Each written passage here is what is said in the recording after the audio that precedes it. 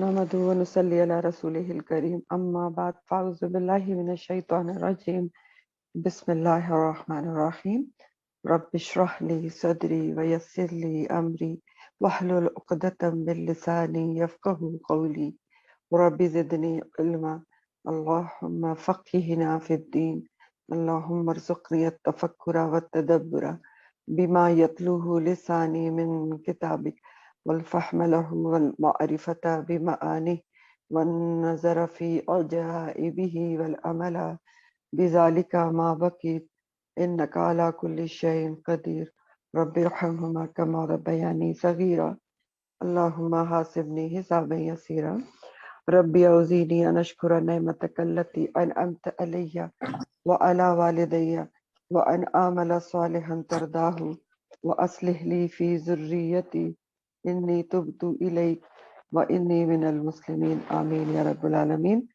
السلام علیکم ورحمۃ اللہ وبرکاتہ۔ تفسیر کا آغاز کرتے ہیں۔ آج کی تفسیر آپ کی سورہ البقرہ آیت نمبر 186 سے ہے۔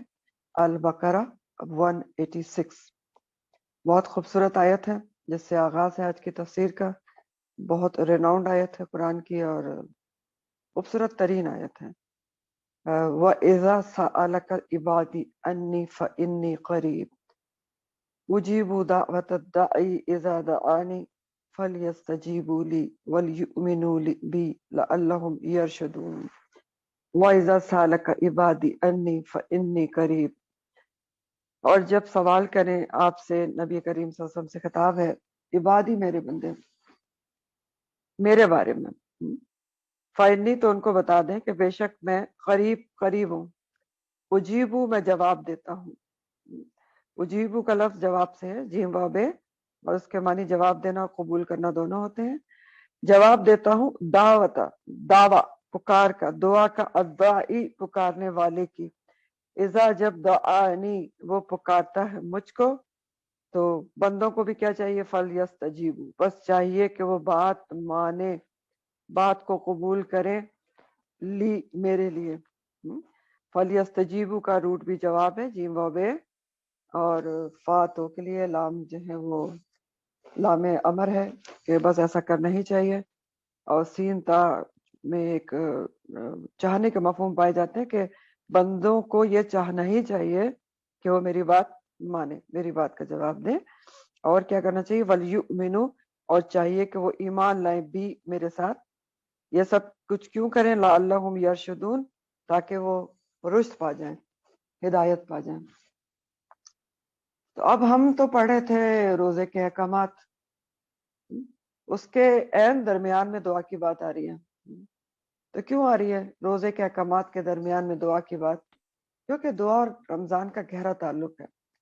ہر نیک عمل کے بعد دعا قبول ہوتی ہے، یہ تو ہمیں پتہ ہے، نماز کے بعد، قرآن پڑھنے کے بعد۔ اسی طرح رمضان تو پورے کا پورا ایک نیک عمل ہوتا ہے اگر اس کی روح کے ساتھ اس کو رکھا جائے، اور روزے میں سحر و افطار کے وقت کا جو وقت ہے وہ دعا کی قبولیت کا ہے، اور ویسے بھی روزے دار کی دعا قبول ہوتی ہے۔ تو دعا اور رمضان کا ایک گہرا تعلق ہے۔ پھر اسی طرح اللہ تعالیٰ نے فرمایا کہ میں قریب ہوں، کہ فَإِنِّي قَرِيبٌ، تو اللہ کے قرب اور رمضان کا بھی ایک اسپیشل تعلق ہے۔ اللہ کا قرب اور رمضان کا ایک اسپیشل تعلق ہے کہ دن میں روزہ رکھ کر انسان اپنے نفس پر قابو پاتا ہے اور اللہ کی نافرمانی کے کاموں سے بچتا ہے، اور رات کو قیام اللیل کر کے اس میں قرآن پڑھتا ہے۔ تو یہ سب چیزیں کیا کرتی ہیں؟ انسان کو اللہ کے قریب کرتی ہیں، اللہ کا قرب ادا کرتی ہیں۔ ادھر آپ نافرمانی کے کاموں سے بچ رہے ہیں۔ اصل روزہ تو یہی ہے نا، پچھلی تفسیریں ہم نے پڑھا تھا نا، ہاتھ پاؤں کان ناک دل سب کا روزہ ہونا چاہیے۔ تو جب یہ انسان صحیح روزہ رکھتا ہے تو اللہ کی نافرمانی کے کاموں سے بچتا ہے، تو اللہ کے قریب ہوتا ہے، رات کو قیام اللیل کرتا ہے، قرآن پڑھتا ہے اور نیکی کے کام کرتا ہے۔ تو یہ ساری چیزیں انسان کو اللہ کا قرب ادا کرتی ہیں۔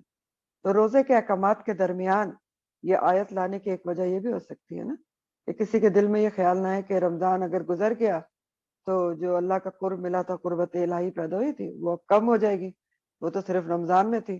تو تردید کر دی اللہ تعالیٰ نے کہ ایسا نہیں ہے، وہ تو ہر وقت اپنے بندوں کے قریب ہوتا ہے، انی قریب، اور ہر وقت سنتا ہے اور ان کی پکار کا اور جواب بھی دیتا ہے، قبول بھی کرتا ہے۔ تو روزے کی حکمت کا نقطۂ عروج، ہائیسٹ پوائنٹ ہے یہ کہ انسان میں اللہ کے قرب کی تڑپ پیدا ہو جائے، کہ ہر وقت وہ اللہ کے قریب ہونے کی، جس طرح رمضان میں کوشش کرتا ہے، پوری زندگی اس کی کوشش کرتا رہے کہ میں اللہ کا قرب حاصل کرتا رہوں، یہ نہیں کہ رمضان ختم ہوا تو ساری چیزیں ختم ہو جائیں۔ تو دعا کی بات ہے، وَإِذَا سَأَلَكَ عِبَادِي إِنِّي فَإِنِّي قَرِيبٌ أُجِيبُ دَعْوَةَ الدَّاعِ إِذَا دَعَانِ، دعا جو کرتا ہے اس کی پکار کو میں سنتا ہوں اور جواب بھی دیتا ہوں۔ تو دعا کو دین میں بہت اہمیت حاصل ہے۔ ترمذی کی حدیث کا مفہوم ہے دعا عبادت ہے، الدعاء ہی العبادہ۔ ترمذی کی حدیث کا مفہوم ہے دعا عبادت کا مغز ہے۔ پھر ہے کہ آپ کو پتا ہے کہ دعا کے بغیر کوئی عبادت مکمل ہی نہیں ہوتی۔ نماز کیا ہے؟ نماز جو ہے وہ سراسر صلاح کے معنی دعا ہوتے ہیں، سراسر دعا ہے۔ حج کیا ہے؟ دعاؤں کا مجموعہ ہے۔ اب یہ جو آیت ہے اس کا ایک شان نزول بھی بیان ہوتا ہے۔ شان نزول یہ ہے کہ کچھ صحابہ نے نبی کریم صلی اللہ علیہ وسلم سے سوال کیا تھا کہ آپ ہمیں بتائیں کہ ہمارا رب ہم سے قریب ہے تو ہم اس کو آہستہ سے پکاریں، اور اگر دور ہے تو اونچی آواز سے پکاریں، تو آپ بتا دیں کہ قریب ہے یا دور ہے۔ تو اس پر اس آیت کا نزول ہوا، اور اللہ سبحانہ تعالیٰ نے فرمایا کہ آپ ان کو بتا دیں، وَإِذَا سَأَلَكَ عِبَادِي عَنِّي، جب میرے بندے میرے بارے میں پوچھتے ہیں کہ قریب ہو دور ہوں، تو آپ انہیں بتا دیں کہ میرے بندوں کو ہر بندے کو، ٹھیک ہے، کہ جب وہ میرے بارے میں سوال کرے کہ میں تو بہت قریب ہوں اور ہر پکارنے والے کی پکار کو سنتا ہوں۔ کوئی خاص بندے کی پکار کا ذکر نہیں کیا گیا یہاں۔ اجیب دعوت الداعی، جواب دیتا ہوں، قبول کرتا ہوں پکار کا، ہر پکارنے والے کی، پکارنے والے کی جو مجھے پکارتا ہے۔ تو اللہ السلام علیکم سبحانہ ورحمۃ تعالیٰ نے اللہ کہا کہ وبرکاتہ۔ وہ قریب ہیں۔ کائنڈلی کلاس کے درمیان میں سلام دعا نہ کیا کریں پلیز، جب شروع ہو چکی ہو کلاس۔ تو اللہ تعالیٰ نے کہا کہ میں قریب ہوں۔ تو اس کے بارے میں اور بھی آیات ہیں جس میں اللہ سبحانہ تعالیٰ نے فرمایا کہ وہ کتنے قریب ہیں۔ سورہ الحدید کی آیت نمبر 4 ہے، وَهُوَ مَعَكُمْ أَيْنَمَا كُنْتُمْ، وہ تمہارے ساتھ ہوتا ہے جہاں بھی تم ہوتے ہو۔ سورہ قاف کی آیت نمبر 16 ہے، وَنَحْنُ أَقْرَبُ إِلَيْهِ مِنْ حَبْلِ الْوَرِيدِ، اور ہم قریب ہیں بندوں کے، اس کے بندے کے، من حبل الورید، رگے جان سے بھی زیادہ قریب ہیں۔ سورہ النمل آیت نمبر 62 ہے، النمل 62، اَمَّن يُجِيبُ الْمُضْطَرَّ إِذَا دَعَاهُ وَيَكْشِفُ السُّوءَ، کون ہے بلا جو جواب دیتا ہے بے قرار کی دعا کا جب وہ دعا کرتا ہے اس سے، اور دور کر دیتا ہے وہ اس سے مصیبت کو اور بیماری کو اور تکلیف کو۔ تو اللہ تعالیٰ نے نہ صرف جواب دیا صحابہ کے بندوں کے سوال کا کہ رب قریب ہے یا دور ہے، بلکہ ساتھ ساتھ کچھ اور اہم باتیں بھی واضح کر دی۔ ایک تو یہ بتایا کہ میں قریب ہوں بندوں کے، دوسرا بات یہ بتائی کہ اجیب دعوت الدائی اذا دعانی، میرا کوئی بھی بندہ مجھے جب پکارتا ہے، کوئی بھی دائی مجھے پکارتا ہے تو میں سنتا ہوں، نہ صرف سنتا ہوں بلکہ جواب بھی دیتا ہوں، قبول بھی کرتا ہوں۔ میں نے آپ کو بتایا نا جیم و بے کے دو معنی ہے جواب کے، جواب دینا اور قبول کرنا، تو قبول بھی کرتا ہوں۔ تو اللہ سبحانہ تعالیٰ کی اس وضاحت سے ان شرکیہ عقائد کی تردید ہو گئی جو لوگ کہتے ہیں کہ ہم گناہ گاروں کی کون سنے گا اور کیسی سنے جائے گی، تو کسی نیک آدمی سے دعا کریں۔ تو اللہ تعالیٰ نے تو کوئی تخصیص نہیں کی، اللہ تعالیٰ نے کہا میں اپنے بندوں کی، ہر بندے کی دعا سنتا ہوں جب وہ مجھے پکارتا ہے جیسا بھی ہو۔ تو اب یہ ایک انڈرسٹوڈ بات بھی ہے کہ یہ کیسے ہو سکتا ہے کہ گناہ کر کے کوئی اللہ تعالیٰ کو پکارے مغفرت کے لیے، بخشش کے لیے، تو اللہ تعالیٰ نہیں سنیں گے؟ ہر بندے کی دعا سنتے ہیں کیونکہ وہ سب کے رب ہیں۔ تو اور تیسری بات اللہ تعالیٰ نے بتائی کہ فَلْيَسْتَجِيبُوا لِي، کہ میں تو دعا کو سنتا ہوں بندوں کی جب وہ مجھے پکارتے ہیں، لیکن بندوں کو کیا کرنا چاہیے؟ بندوں کو یہ کرنا چاہیے کہ فَلْيَسْتَجِيبُوا، بس چاہیے کہ وہ جواب دیں میرے لیے۔ اگر میرے بندے چاہتے ہیں کہ میں ان کی دعا سنوں، قبول کروں، ان کی بات مانی جائے، تو ان کو بھی تو چاہیے کہ وہ میری بات مانے۔ فَلْيَسْتَجِيبُوا، جواب دے میری بات کا۔ اس کا کیا معنی ہے؟ میرے احکامات مانے، لبیک کہیں، قبول کرے میرے احکامات کو۔ فَلْيَسْتَجِيبُوا لِي، میری بات مانے، میری بات کا جواب دیں، یعنی میرے احکامات مانے، احکامات کا جواب دیں یعنی احکامات پر عمل کریں۔ بندے بھی تو یہ کریں نا، اگر وہ چاہتے ہیں میں ان کی بات مانوں تو وہ بھی تو میری بات مانے، لبیک کہیں، اور نہ صرف میری بات مانے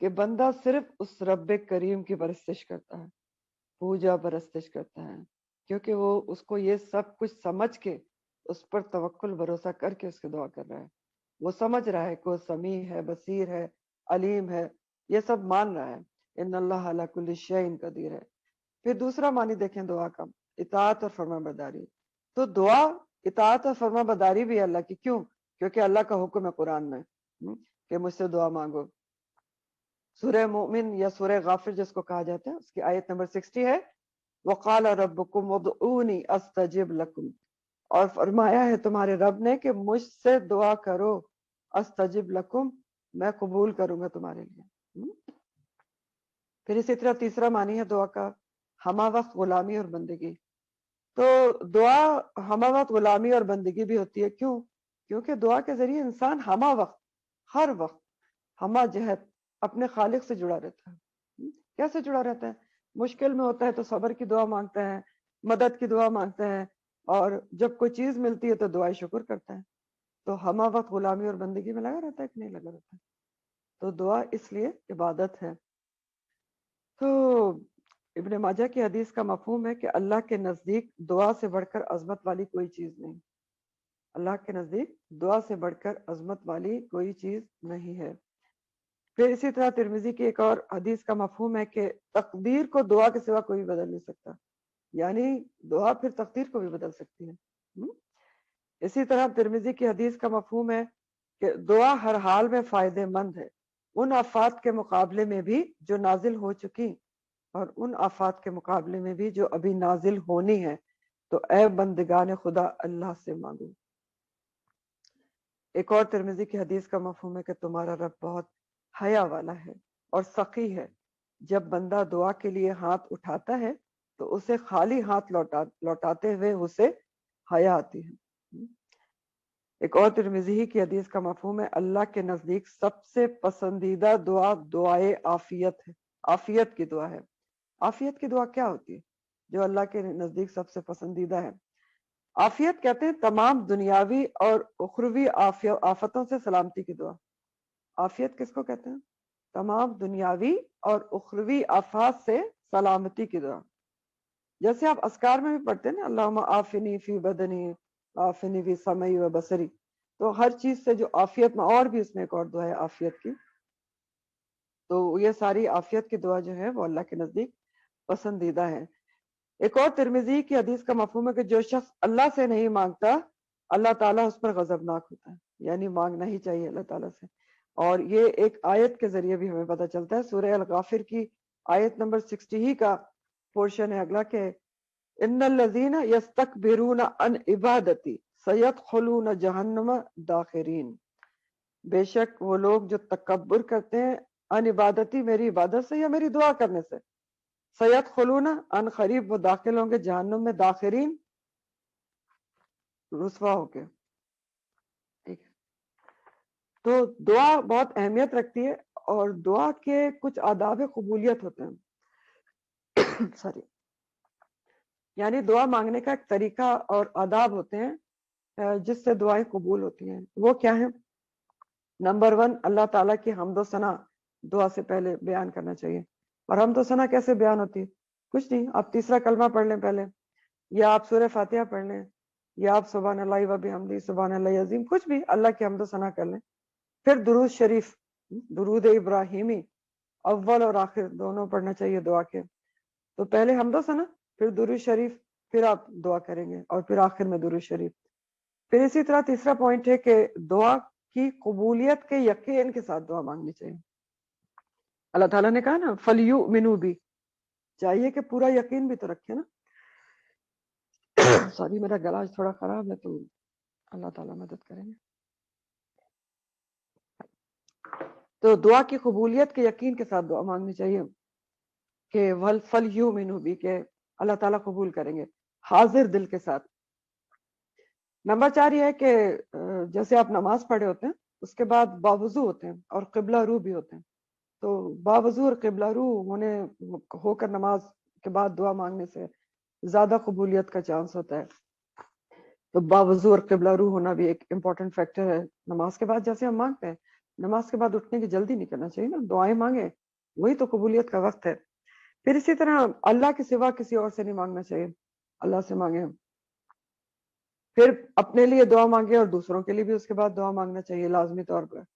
اور دعا کو 3 بار دہرانا مسنون ہے, 3 بار دہرانا دعا کو مسنون ہے.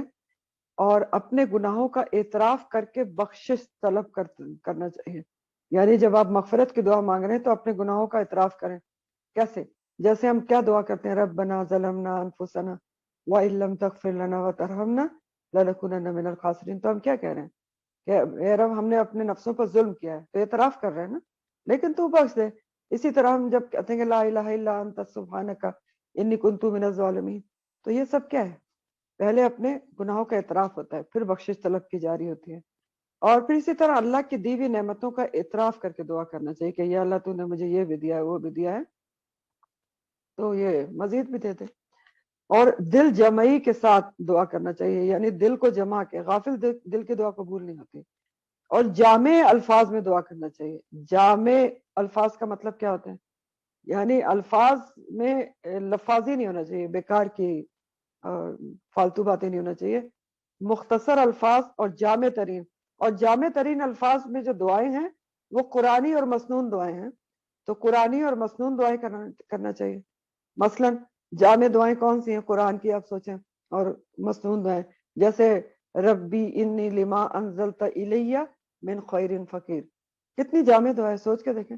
ایک لائن کی دعا ہے, اے رب بے شک میں جو بھی تو میرے پر میری طرف اتارے گا, مجھے نازل کرے گا میرے اوپر, میں اس کا فقیر ہوں, محتاج ہوں تیرا ہر چیز کے لیے, جو بھی چیز ہے اس کے لیے میں تیری محتاج ہوں. پھر اسی طرح دیکھیں کہ وہ جو ہم کہتے ہیں ربنا آتنا فی الدنیا حسنۃ وفی الآخرۃ حسنہ وقنا عذاب النار, کتنی جامع ترین دعا ہے نا. پھر اسی طرح معمولی سے معمولی چیز بھی اللہ سے مانگنا چاہیے, جیسے حدیث کا مفہوم ہے نا کہ جوتے کا تسمہ بھی اللہ سے مانگے, دینے والا تو وہی ہے. تو یہ دعا کے مانگنے کے آداب تھے, یعنی قبولیت کے آداب تھے. اور پھر قبولیتی دعا کی کچھ شرائط ہیں. شرائط کیا ہوتی ہیں؟ دعا میں خلوص ہو, خلوص سے اخلاص, یعنی اللہ کی طرف پوری طرح رجوع کر کے, دل حاضر کر کے کہ یا اللہ یہ جو میرا اللہ ہے وہ ہر کچھ کر سکتا ہے. جیسے ابھی پیچھے میں نے آپ کو بتایا, یہ یقین کے ساتھ فَلْيُؤْمِنُوا بِی کے ساتھ, کہ پکا ایمان کہ میں نے اس سے مانگ لی, اس نے سن لی, اب وہ ضرور اس کو قبول کرے گا. خلوص اور اخلاص. پھر دعا کی دوسری جو شرط ہے قبولیت کی, وہ ہے رزق حلال کھا کر دعا کرنا. یہ ضروری ہے, حرام والا کھانے سے دعا قبول نہیں ہوتی ہے. ایک حدیث کا مفہوم آپ پیچھے پڑھ چکے ہیں کہ 40 دن کی دعا قبول نہیں ہوتی اگر حرام لقمہ کھایا جائے. پھر اگلا پوائنٹ اس میں شرط میں یہ ہے قبولیت دعا کی کہ دعا ممکنات میں سے ہو. ناممکن کی دعا تو نہیں مانگنا چاہیے نا. اب یہاں بیٹھ کے کوئی دعا کرنا شروع کر دے کہ میں یہاں بیٹھے بیٹھے چاند پہ پہنچ جاؤں, تو پہنچ تو نہیں. ممکنات کی دعا مانگنی چاہیے. حرام و ناجائز چیزوں کی نہیں مانگنا چاہیے. گناہ کے کام کی دعا نہیں مانگنا چاہیے, قبول نہیں ہوگی کبھی بھی. قطع رحمی کی دعا نہیں کرنا چاہیے, وہ بھی قبول نہیں ہوگی.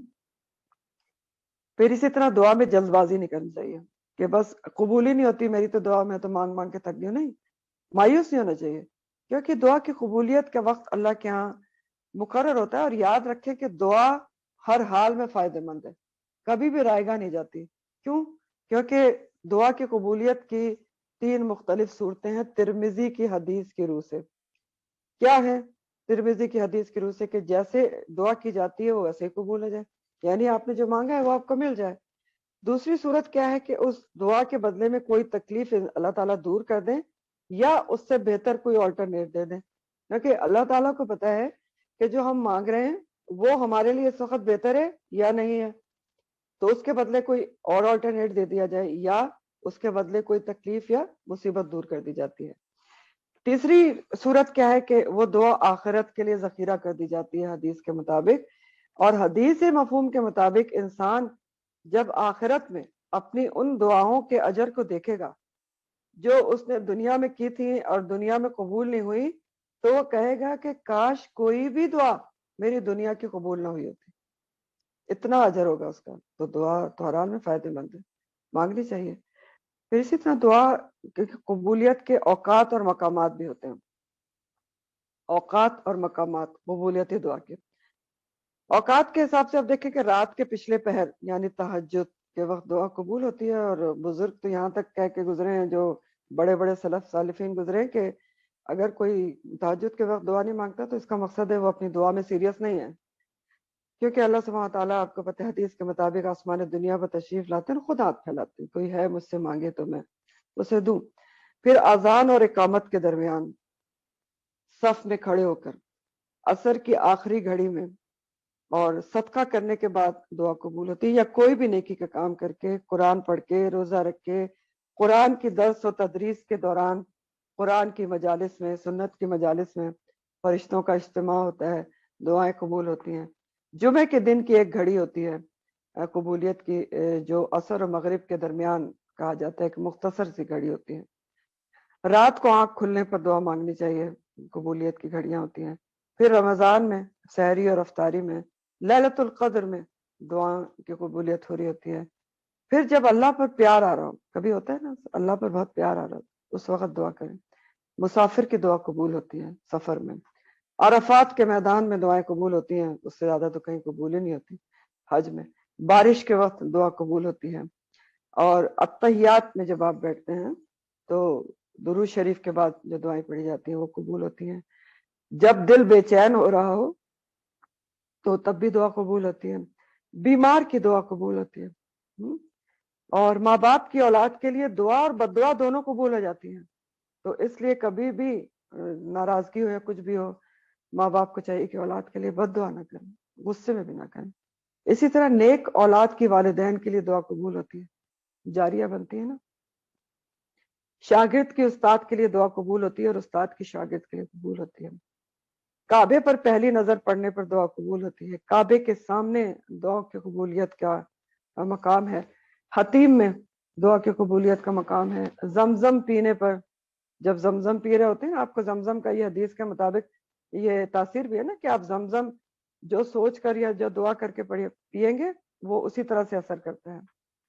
پھر مظلوم کی دعا قبول ہوتی ہے، 7ویں آسمان پر پہنچتی ہے۔ سجدے میں دعا قبول ہوتی ہے۔ فرض نماز کے بعد دعا قبول ہوتی ہے، اور جیسے آیت الکرسی کے بارے میں بھی آتا ہے نا کہ فرض نماز کے بعد آیت الکرسی پڑھیں تو جنت اور انسان کے درمیان صرف موت حائل ہوتی ہے اور جنت اس کو ملتی ہے۔ میدان جنگ میں دعا قبول ہوتی ہے۔ تو دعا کرنا چاہیے، کرتے ہی رہنا چاہیے، اللہ تعالیٰ کو پسند ہے، اور بہت کبھی بھی رائے گاہ نہیں جاتی، ہر حال میں فائدہ مند ہے۔ دعا کی آداب اس شرائط کے ساتھ مانگنا چاہیے، جو کچھ بھی پڑھا ہے اس کو عمل میں لانا چاہیے، اور صرف اپنے لیے دعا نہیں کرنا چاہیے بلکہ دوسروں کے لیے بھی دل کھول کر کرنا چاہیے۔ کیوں؟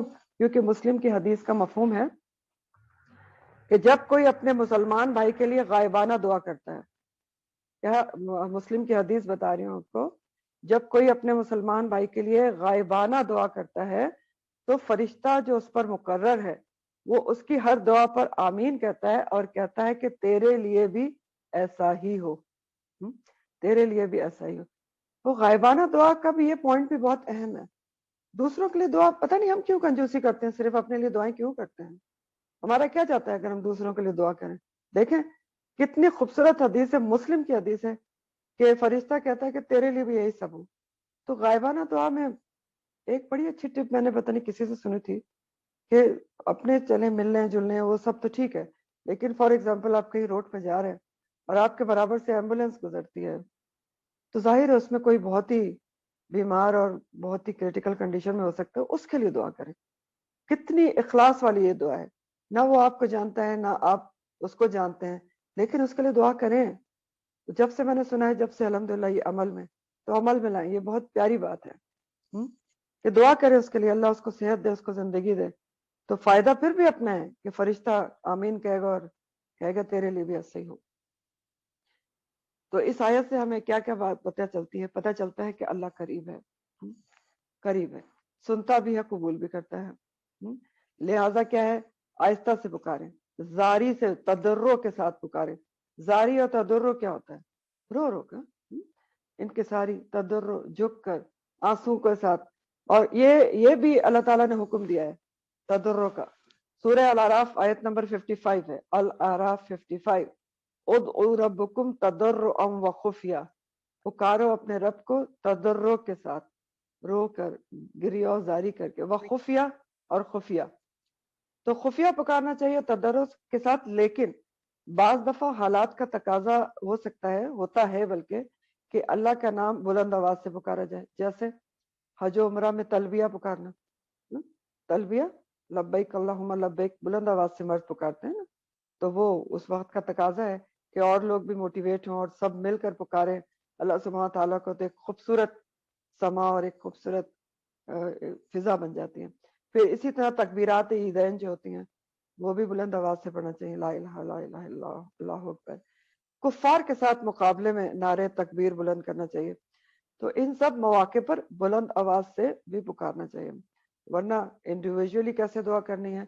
تضرعا وخفیہ. ٹھیک ہے. تو اگلی آیت ہے احل لکم، یہ رمضان کے احکامات ہی چل رہے ہیں، یاد رکھیے. پیچھے سے آپ رمضان کے بارے میں پڑھے تھے، بیچ میں دعا کا ذکر آیا، اس کی وجوہات میں نے آپ کو بتا دی. آگے پھر رمضان کا ہی ذکر ہے. احل حلال کر دیا گیا، لکم تمہارے لیے. کیا حلال کر دیا گیا تمہارے لیے؟ تمہارے کون ہیں؟ اہل ایمان ہی ہیں. کیا حلال کر دیا گیا تمہارے لیے اور کب حلال کر دیا گیا؟ احل لکم، حلال کر دیا گیا تمہارے لیے، لیلۃ الصیام، رمضان کی راتوں میں. کیا حلال کر دیا گیا؟ الرفث، رغبت کرنا، الی نسائکم، تمہاری بیویوں کی طرف. رفث کیا ہوتا ہے؟ یہ میں نے کل ٹرانسلیشن میں آپ کو بتایا تھا. رفثہ کے مطلب ہوتے ہیں، ریف سے اس کا روٹ ہے، میاں بیوی کا تعلق قائم کرنا، یا ہر وہ حرکت اور فعل، ہر حرکت اور قول جو ہے، حرکت اور بات جو انسان کو شہوت پر اکساتا ہو.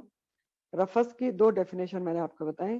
ایک بتائی شوہر اور بیوی کے آپس کے تعلقات کو رفث کہا جاتا ہے، یا تعلقات کے تمام مراحل کے لیے یہ لفظ استعمال ہوتا ہے. اور رفث ہر وہ حرکت اور کلام کہلاتا ہے جو شہوت کو اکساتا ہو، اور اس میں مباشرت بھی شامل ہے. اور مباشرت کیا ہوتی ہے؟ اگین میاں بیوی کے جو تعلقات ہوتے ہیں اس کے لیے مباشرت کا لفظ استعمال ہوتا ہے، اور آگے وہ بھی استعمال ہوگا تو وہاں پر آپ کو بتاؤں گی کہ کیا معنی ہوتا ہے، اور کل ویسے بتائے بھی تھے. تو بہرحال اب یہ حکم کیا ہے کہ تمہارے لیے اللہ تعالیٰ نے حلال کر دیا ہے رمضان کی راتوں میں بیویوں کی طرف رغبت کرنا، یعنی میاں بیوی کے تعلقات قائم کرنا رمضان کی راتوں میں حلال کر دیا گیا ہے. تو اس کے یہ جو حکم ہے، اس کے بارے میں، اس آیت کے بارے میں دو اقوال ہیں، یعنی اس کی تفسیر کے بارے میں دو اقوال ہیں. ایک قول کیا ہے کہ ابتدائی اسلام میں افطار کے بعد، جب اسلام نیا نیا آیا تھا تو کیا تھا اس میں کہ افطار کے بعد کھانا پینا اور جمع یعنی بیوی سے تعلق قائم کرنا عشاء کی نماز تک جائز تھا. افطار کر لیا نا، روزہ کر لیا، کھول لیا، اس کے بعد صرف عشاء کی نماز تک جائز تھا کہ آپ کھاتے پیتے رہیں اور بیوی سے تعلق بھی قائم کریں. اگر کوئی سو گیا عشاء کی نماز پڑھ کے، یا عشاء کی نماز سے پہلے بھی سو گیا، تو عشاء سوتے ہی اس کے کھانا پینا اور بیوی سے تعلق کرنا سب نیند آتے ہی حرام ہو گیا. تو ابھی آپ کو بات سمجھ میں آ گئی کہ ابتدائی اسلام میں یہ حکم تھا. افطار کر لیا نا، تو اب عشاء کی نماز تک، یا جب تک سوتا نہیں ہے وہ روزہ کھولنے کے بعد، تو جب تک کھا پی سکتا ہے اور تعلق بھی کام کر سکتا ہے. نیند آتے ہی یہ دونوں کام حرام ہو گئے. تو یہ ایک مشکل حکم تھا، اور دین صحابہ مشقت میں پڑ گئے. تو اسلام کیونکہ دین فطرت ہے، اس لیے بعد میں اس آیت کے ذریعے یہ پابندی اٹھا لی گئی کہ ایسا نہیں ہے، اب سحری تک جو ہے وہ بیوی سے تعلق قائم کیا جا سکتا ہے. تو یہ تو ایک قول ہے. دوسرا قول اس کی تفسیر میں ہے کہ ابتدائی اسلام میں رمضان کے مہینے کی راتوں میں بیوی سے مباشرت کا کوئی واضح حکم موجود ہی نہیں تھا کہ کیا کرنا چاہیے کیا نہیں کرنا چاہیے. تو صحابہ کرام نے اپنے طور پر اس کو اپنے اوپر ناجائز سمجھ لیا کہ نہیں کرنا چاہیے، اور اجتناب برتتے تھے، نہیں تعلق قائم کرتے تھے. اور بعض لوگوں نے یہ ناجائز سمجھتے ہوئے بھی چوری چوری یہ کام کر لیا. تو اس پر اللہ سبحانہ تعالیٰ نے یہ آیت نازل فرمائی. چنانچہ بخاری کی حدیث کا مفہوم ہے، کتاب التفسیر میں ہے اسی آیت کے بارے میں. حضرت برا بن عازب کہتے ہیں شروع میں جب روزے فرض ہوئے تو لوگ سارا مہینہ بیویوں کے پاس نہیں جاتے تھے. پھر بعض نے چوری چوری یہ کام کیا، اس پر اس آیت کا نزول ہوا. تو اب اللہ تعالیٰ نے یہ حکم دے دیا کہ رمضان کی راتوں میں، یعنی راتوں میں کیا مطلب ہے؟ افطار کے بعد سحری تک بیوی سے مباشرت کر سکتے ہو. کیوں اللہ تعالیٰ نے کیوں اس لیے کہا کہ ہننا لباس لکم وانتم لباس لہن، کیونکہ بیویاں تمہارا لباس ہیں اور تم ان کا لباس ہو. شوہر و بیوی ایک دوسرے کے لیے لباس کی طرح ہیں. تو اس لیے اب رمضان کی راتوں میں تم ان سے مباشرت کر سکتے ہو. راتوں سے مراد کیا ہے کہ افطار کے بعد سے لے کے سحری کے وقت تک. اچھا ایک بات یہاں پر آپ کو اور ایکسپلین کر دوں کہ سحری کے وقت کیا ہوتا ہے کہ آپ فرض کریں کہ آپ اٹھیں، اس کا بھی عمل سے بہت گہرا تعلق ہے. اب آپ کے پر غسل ڈیو ہے کیونکہ تعلق قائم کیا تھا، لیکن ٹائم جو ہے کمپریسڈ ہے. یا آپ سحری بنا کے کھا سکتے ہیں یا آپ نہا سکتے ہیں. اب آپ کیا کریں؟ آپ وضو کر کے سحری بنائیں اور کھائیں، اس کے بعد فجر کی نماز سے پہلے غسل کر لیں. ٹھیک ہے، یہ میں آپ کو فقہ کے اصول اور اس کی کورس میں سے جو کچھ پڑھا ہے اس کے مطابق بتا رہا ہوں. کیا کریں گے؟ غسل ڈیو ہے، ٹائم کم ہے، سحری کھانی ہے یا نہانا، دونوں کام نہیں ہو سکتے. آپ وضو کریں، آپ سحری کھائیں، اس کے بعد فجر کی نماز سے پہلے آپ نہا کے نماز پڑھ لیں، تو اس میں کوئی حرج نہیں. ٹھیک ہے، یہاں پر کیا اللہ تعالیٰ کہہ رہے ہیں، اسی کی اجازت دی جا رہی ہے کہ اب کیا ہے، واضح حکم دے دیا گیا. جو بھی قول تھا دونوں کے بارے میں کلیئرنس دے دی گئی کہ اوہل لکم لیلۃ الصیام الرفث الی نسائکم. اب رمضان کی راتوں میں بیوی کے ساتھ تعلق قائم کرنا تمہارے لیے حلال ہے. کیوں؟ کیونکہ ہننا لباس لکم، کیونکہ وہ جو ہیں، ہننا کون ہے؟ نسائکم، جو بیویاں ہیں تمہاری وہ تمہارا لباس ہے، اور وہ انتم اور تم ان کا لباس ہے لہن. تو جس طرح لباس اور جسم لازم و ملزوم ہے، اسی طرح شوہر اور بیوی ایک دوسرے کے لیے لازم و ملزوم ہے. لہٰذا روزوں کے دن میں تو تمہارے پر پابندی ہے، لیکن رات کو سحری تک کوئی پابندی نہیں، تعلقات قائم کیے جا سکتے ہیں. تو لباس جس طرح انسان کے قریب ترین ہوتا ہے اور لباس کے بغیر انسان کا رہنا ناممکن ہے، تو اسی طرح بیوی کے ساتھ بھی پورا 1 ماہ تک لا تعلق رہنا ایک مشکل ترین کام ہے. اور یہاں پر خوبصورت ترین بات یہ کہ اللہ سبحانہ تعالیٰ نے شوہر اور بیوی کے تعلق کے لیے ایک بہت ہی لطیف اور ایک خوبصورت استعارہ یا اشارہ استعمال کیا ہے. بڑی پیاری بات کی گئی ہے کہ وہ ایک دوسرے کا لباس ہے. اب آپ ذرا سا اس کے اوپر غور کریں کہ ایک دوسرے کا لباس ہے. لباس، خواتین تو لباس کے بارے میں بہت اچھی طرح سمجھ سکتے ہیں نا. اللہ تعالیٰ نے کہہ دیا وہ تمہارا لباس ہے، تم ان کا لباس ہے. تو اس کے کئی معنی ہو سکتے ہیں. مثلا نمبر 1، جس طرح لباس اور جسم کے درمیان کوئی چیز حائل نہیں ہوتی نا، اسی طرح شوہر اور بیوی کے درمیان کوئی چیز حائل نہیں ہوتی. وہ ایک دوسرے کی اچھائی برائی ہر چیز سے واقف ہوتے ہیں، ایک دوسرے کا لباس ہوتے ہیں. کون سی ایسی چیز ہوتی ہے جو آپ کے شوہر سے چھپی ہوئی ہے یا شوہر کی آپ سے چھپی ہوئی ہے؟ ہر چیز پتہ ہوتی ہے، ظاہری باطنی سب پتہ چل جاتے ہیں، لباس ہوتے ہیں. پھر اسی طرح دوسرا پوائنٹ دیکھیں، لباس انسان کی حفاظت کا ذریعہ ہے، سردی گرمی میں حفاظت کرتا ہے نا. تو اسی طرح شوہر اور بیوی حرام کام کرنے سے ایک دوسرے کی حفاظت کرتے ہیں، نظر اور عصمت اور عزت کی حفاظت کرتے ہیں. کیسے؟ نسائی کی حدیث کا مفہوم ہے، نبی کریم صلی اللہ علیہ وسلم نے فرمایا، اے گروہ نوجوان، تم میں سے جو نکاح کی استطاعت رکھتا ہے تو نکاح کرے. کیوں؟ کیونکہ وہ نگاہ کی حفاظت کا ذریعہ ہے اور انسان کی عصمت اور عزت کی حفاظت کا ذریعہ ہے. تو لباس حفاظت کرتا ہے، شوہر و بیوی بھی ایک دوسرے کی حفاظت کرتے ہیں. نکاح کے ذریعے وہ دونوں ایک دوسرے کی آنکھ، عصمت اور عزت کی حفاظت ہی کا ذریعہ بنتے ہیں نا، کہ انسان حرام کاموں میں نہیں پڑتا. پھر اسی طرح آپ دیکھیں، لباس انسان کی زیب و زینت کا ذریعہ ہوتا ہے. اسی طرح شوہر اور بیوی بھی ایک دوسرے کی خوبصورتی بڑھاتے ہیں، ایک دوسرے کو خوبصورتی دیتے ہیں، ایک دوسرے کے ساتھ اچھے لگتے ہیں، ایک دوسرے کے ساتھ رہتے ہوئے اچھے لگتے ہیں، ایک دوسرے کے ساتھ چلتے ہوئے اچھے لگتے ہیں. زیب و زینت، کتنی زیب و زینت کا ذریعہ ہے. ڈیپتھ میں جا کے سوچیں، آپ کے ساتھ الحمدللہ اگر شوہر کھڑے ہوں تو اس کی بات ہی اور ہے. پھر اسی طرح لباس سکون کا ذریعہ ہوتا ہے، سکون پہنچاتا ہے نا. سردی میں بھی سکون پہنچاتا ہے، گرمی کا لباس گرمی میں سکون.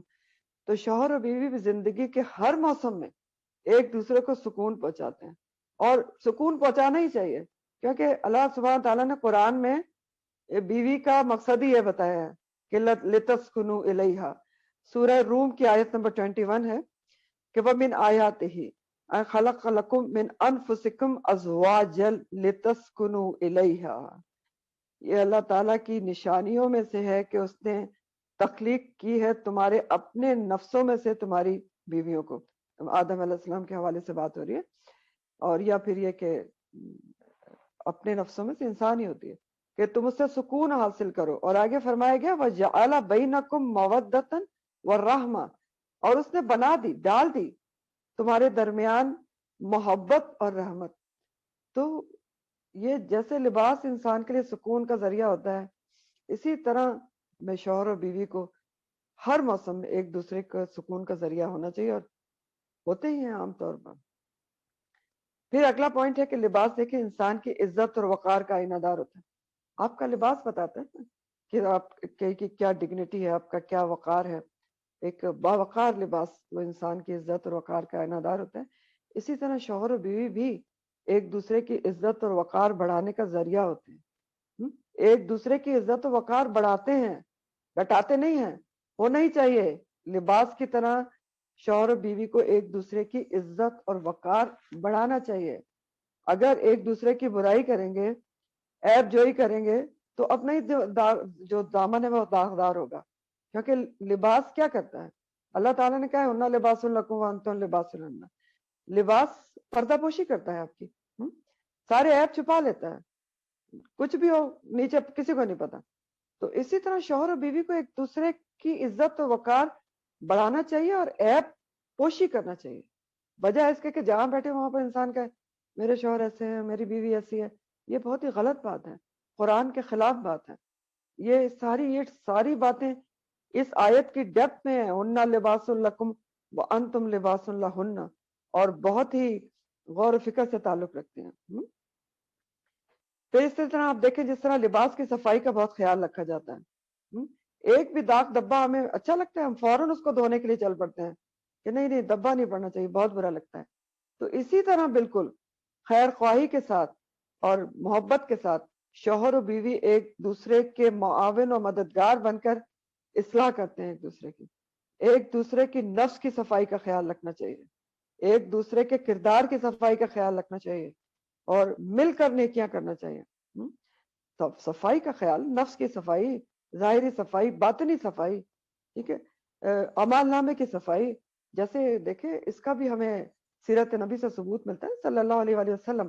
حدیث کا مفہوم ہے نا کہ جب تم میں سے کوئی پہلے آدمی کے لیے کہا گیا تہجد کے لیے اٹھے تو اس کو چاہیے کہ اپنی بیوی کو بھی اٹھائے کہ وہ بھی 2 رکعت نماز پڑھے، اور اسی طرح بیوی کے لیے بھی حکم ہے. تو یہ کیا ہے؟ یہ ایک دوسرے کی عزت اور وقار بڑھانے کا یہ سارا ذریعہ ہے نا، صفائی کا خیال رکھنا ہے کہ نفس کی صفائی، تزکیہ نفس کا خیال رکھنا. پھر اسی طرح آپ دیکھیں لباس جسم کے سب سے زیادہ قریب ہوتا ہے، تو اسی طرح بیوی اور شوہر کے درمیان بھی قربت اور ذہنی ہمنگی ضروری ہے، ہونا ہی چاہیے. اس سے تو پورا ایک گھر کی اکائی بنتی ہے نا. تو یہ بھی بہت ہی خوبصورت بات ہے کہ ہن لباس لکم وانتم لباس لہن. پھر اللہ تعالیٰ نے فرمایا کہ علم اللہ انکم کنتم تختانون انفسکم، جان لیا اللہ تعالیٰ نے کہ بے شک تم خیانت کرتے ہو اپنے نفسوں کے ساتھ. فتاب علیکم، تو وہ مہربان ہو گیا تم پر.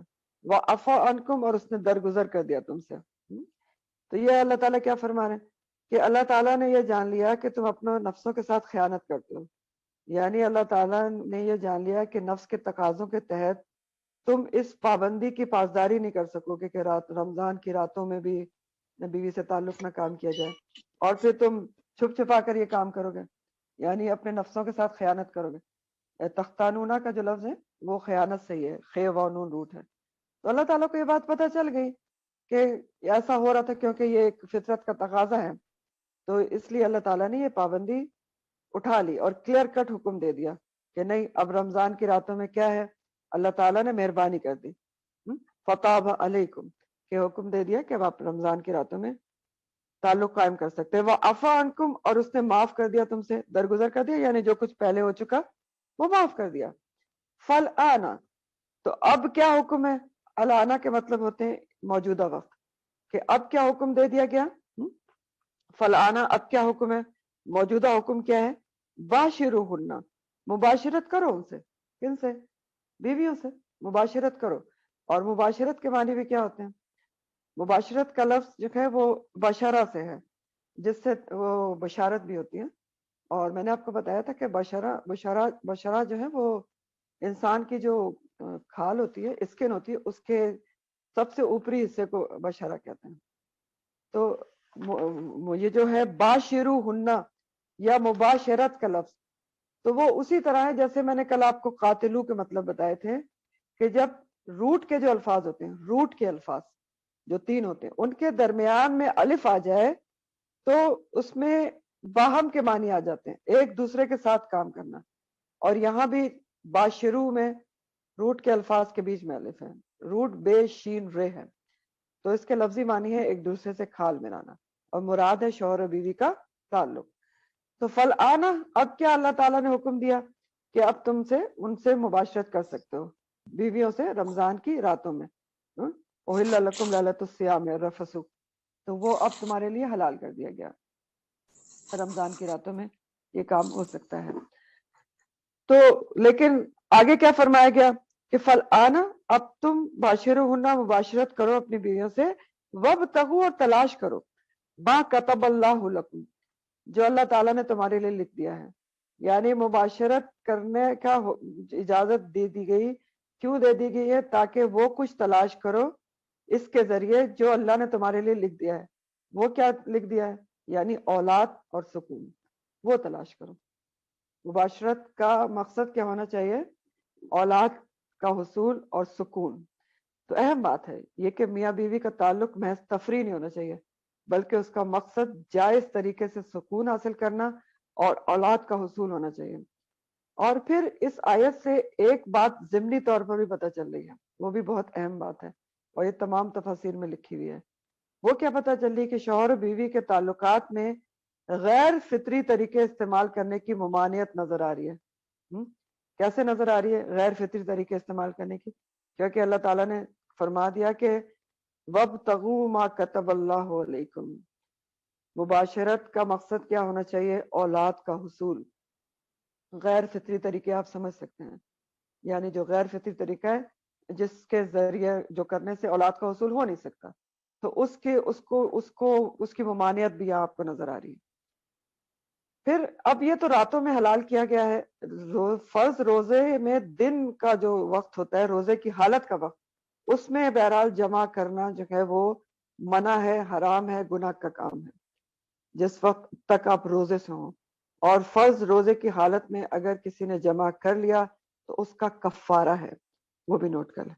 فرض روزے کی حالت میں جمع کرنے کا کفارہ، مباشرت کرنے کا کفارہ کیا ہے؟ ایک غلام آزاد کرنا ہے، یا 2 ماہ کے روزے لگاتار متتابعین، لگاتار، یا 60 مسکینوں کا کھانا کھلانا. یہ 3 آپشنز ہیں: غلام آزاد کرنا، 2 ماہ کے روزے لگاتار، یا کیا ہے 60 مسکینوں کا کھانا. اب یہ ایک لمبی چوڑی حدیث ہے جس میں یہ آتا ہے کہ ایک صحابی آپ کے پاس آئے تھے، انہوں نے کہا کہ میں ہلاک ہو گیا اور میں نے روزے کی حالت میں جمع کر لیا، تو آپ نے کہا کہ جاؤ غلام آزاد کرو. انہوں نے کہا میرے پاس تو غلام ہے ہی نہیں، میں بہت غریب ہوں. انہوں نے کہا اچھا تو پھر 2 مہینے کے روزے لگاتار رکھو. تو انہوں نے کہا تو میں تو بہت ہی بیمار بھی رہتا ہوں. تو انہوں نے کہا 60 مسکینوں کا کھانا کھلا دو. انہوں نے کہا ہمارے اپنے گھر میں کھانے کو نہیں. تو آپ نبی کریم صلی اللہ علیہ وسلم نے کہا کہ اچھا تم بیٹھو. پھر کچھ لوگ آئے جو بہت ساری کھجوریں لے کر آئے تھے، تو آپ نے کہا یہ کھجوریں اس کو دے دو، اور انہوں نے کہا جاؤ اس کو 60 مسکینوں میں تقسیم کر دو. تو اس سے کیا پتہ چلتا ہے کہ کفارہ تو ادا کرنا ہے فرض روزے کی حالت میں اگر جمع کر لیا، لیکن اگر کوئی تنگ دست ہے یا اس طرح کی اس کے ساتھ مجبوریاں ہیں تو اس کو چاہیے کہ جو صاحب استطاعت لوگ ہیں وہ صدقے وغیرہ کے ذریعے اس کی مدد کریں تاکہ وہ کفارہ ادا کر سکے. تو بہرحال فرض روزے کی حالت میں جمع کرنے کا کفارہ غلام آزاد کرنا، 2 ماہ کے روزے لگاتار، یا میں ہے اور یہ یا 60 مسکینوں کا کھانا کھلانا. پھر اگلا حکم ہے روزے کے بارے میں ہی، وَكُلُوا وَاشْرَبُوا، اور کھاؤ اور پیو، حتیٰ یتبین، یہاں تک کہ واضح ہو جائے، لکم تمہارے لیے، الخیط، خیط الابید، سفید دھاگا، من الخیط الاسود، کالے دھاگے سے من الفجر، فجر میں سے سحری کا ذکر کیا جا رہا ہے اور سحری کے وقت بتایا جا رہا ہے کہ کب تک سحری کی جائے گی۔ خیط عربی میں دھاگے کو کہتے ہیں، ابیت کا لفظ بیدا سے، عربی میں انڈے کو بیدا کہتے ہیں۔ تو سفید دھاگے سے مراد کیا ہے؟ سفید دھاگے سے مراد ہے صبح صادق کے وقت جو روشنی کی ایک وائٹ لکیر ایک دم رات کے اندھیرے میں سے نمودار ہوتی ہے، جس کو پو پھٹنا بھی کہتے ہیں۔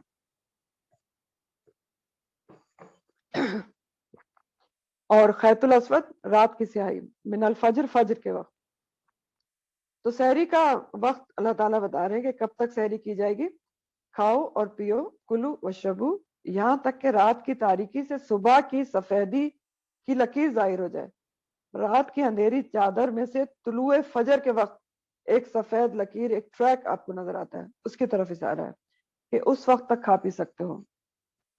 تو اللہ تعالیٰ نے طلوع فجر تک کھانے پینے کی اجازت دی ہے۔ طلوع فجر کا جو ٹائم ہے اس وقت تک سحری ہو سکتی ہے۔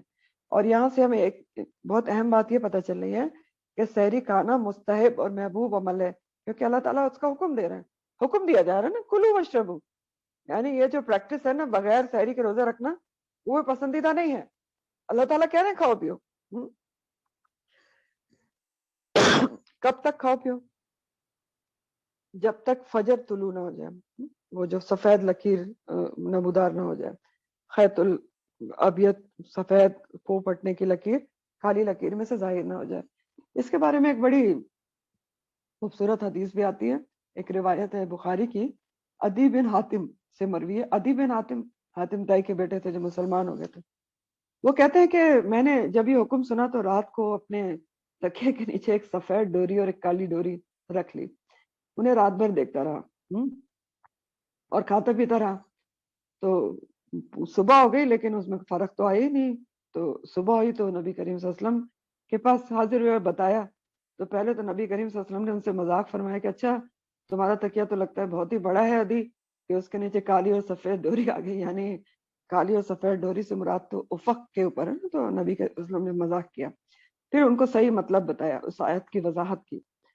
تو اس روایت سے بھی ہمیں کیا پتہ چلتا ہے کہ قرآن کی مکمل اور صحیح مطالب اور معنی کوئی خود سے بڑھ کر اخذ نہیں کر سکتا، اس کے لیے معلم اور عالم اور ٹیچر سے پڑھے ہوئے سے جو سمجھنا ضروری ہے۔ اب وہ دیکھیں صحابی رسول تھے لیکن پھر بھی ان کو بات سمجھ میں نہیں آئی۔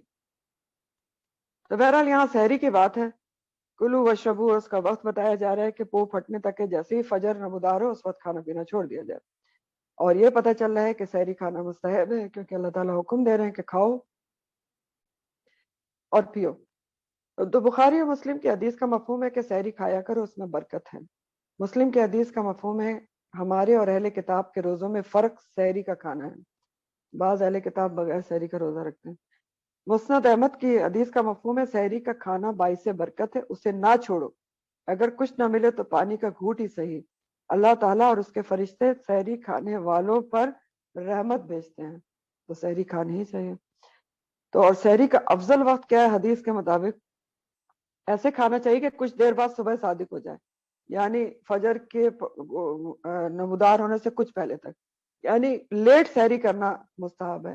جلدی ٹائم میں جو سحری ہے 2 بجے 2:30 بجے، جو آخری ٹائم ہے اس میں سحری کرنا زیادہ مستحب ہے۔ یہ سب اللہ تعالیٰ کی مہربانیاں ہیں۔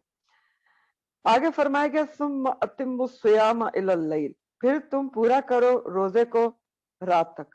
رات تک کا مطلب کیا ہے؟ مغرب کے وقت، کیونکہ لیل جو شروع ہوتی ہے عربی قاعدے کے مطابق وہ مغرب کے وقت شروع ہوتی ہے۔ تو اب افطار کی بات کی جا رہی ہے، پہلے سحری کی بات تھی افطار کی، کہ تم روزے کو پھر کب تک پورا کرو؟ الی اللیل، مغرب تک پورا کرو۔ تو فطری گھڑی کی بات ہے یہ ساری، آپ دیکھیں سحری کا وقت بھی فطری گھڑی سے بتایا گیا اور افطار بھی فطری گھڑی سے بتایا جا رہا ہے۔ تو روزے کا وقت کیا ہے؟ آغاز سحر سے غروب آفتاب تک، آغاز فجر سے غروب آفتاب تک، اور غروب آفتاب کے فوراً بعد جو ہے وہ روزہ افطار کر لینا چاہیے، دیر نہیں کرنا چاہیے۔ جیسے ہی سورج غروب ہو فوراً روزہ کھولیں، کیونکہ یہ بھی احادیث سے ثابت ہے۔ یہود غروب آفتاب کے بعد احتیاطاً اندھیرا ہو جانے تک روزہ نہیں کھولتے تھے، اس لیے نبی کریم صلی اللہ علیہ وسلم نے فرمایا، بخاری کی حدیث کا مفہوم ہے میری امت اس وقت تک خیر پر رہے گی جب تک روزہ جلد افطار کرے گی. تو روزہ کھولنے میں بالکل ڈیلے نہ کیا کریں, کھول لیا کریں. اور ایک اور اہم بات یہاں پر یہ ہے کہ روزہ افطار غروب آفتاب کے ساتھ لازم ہے. کس کے ساتھ ہے؟ گھڑی وڑی کی بات نہیں ہے, غروب آفتاب کے ساتھ. اب اس میں کچھ شقیں ہو سکتی ہیں, ایک آپ کو بتاتا ہوں. فار ایگزامپل, آپ اب یہاں پر اپنی جگہ سے جاتے ہیں, کہیں اور روانہ ہو رہے ہیں, کچھ نہیں تو چلے عمرے پر جا رہے ہیں. اب آپ مغرب سے پہلے جہاز میں چڑھ گئے, روزے سے ہیں آپ. اب روزہ کب کھولیں گے؟ اب آپ کیا اپنے ٹائم سے, پاکستانی ٹائم سے روزہ کھولیں گے؟ نہیں کھول سکتے. آپ جہاز میں سے جب تک سورج آپ کو نظر آتا رہے گا, غروب نہیں ہوگا, تو آپ روزہ نہیں کھول سکتے. جب آپ اس مقام سے گزریں گے جہاں پر سورج غروب ہو جائے گا, اناؤنسمنٹ ہو جاتی ہے, اس وقت آپ روزہ کھولیں گے. تو سفر میں ہو یا کہیں بھی ہو, ایک جگہ سے, ایک کنٹری سے دوسرے کنٹری جائیں, جب آپ وہاں چلے جائیں گے تو روزہ ان کے وقت سے کے سورج غروب ہونے کے وقت کے حساب سے کھلے گا. اور یہ میں خود بھی پریکٹیکلی اس سے گزر چکی ہوں کہ ایک سال ہم روزے رمضان میں عمرے کے لیے گئے, تو وہی عصر سے پہلے ہم لوگ جہاز میں بیٹھ گئے, اور میں اپنے دل میں سوچی تھی کہ بھی تھوڑی دیر بعد روزہ کھل جائے گا, لیکن جہاز میں چڑھ کے یاد آیا کہ وہ تو غروب آفتاب ہے, اور پھر سورج ہمیں نظر آتا رہا. سعودیہ ہی جا رہے تھے, اور آپ یقین کریں کہ 10 بجے ہمارے وقت کے حساب سے, جسٹ بفور لینڈنگ ان سعودیہ, روزہ افطار کا ٹائم ہے, پھر ہم نے روزہ کھولا. تو سارا مختصراً بات یہ ہے کہ روزہ کھولنے کا ٹائم غروب آفتاب کے ساتھ لازم ہے.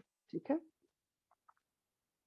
پھر اس سلسلے میں ایک طبرانی کی حدیث کا مفہوم ہے کہ 3 باتیں اخلاق نبوت میں سے ہیں. اخلاق نبوت میں سے کیا مطلب ہوتا ہے؟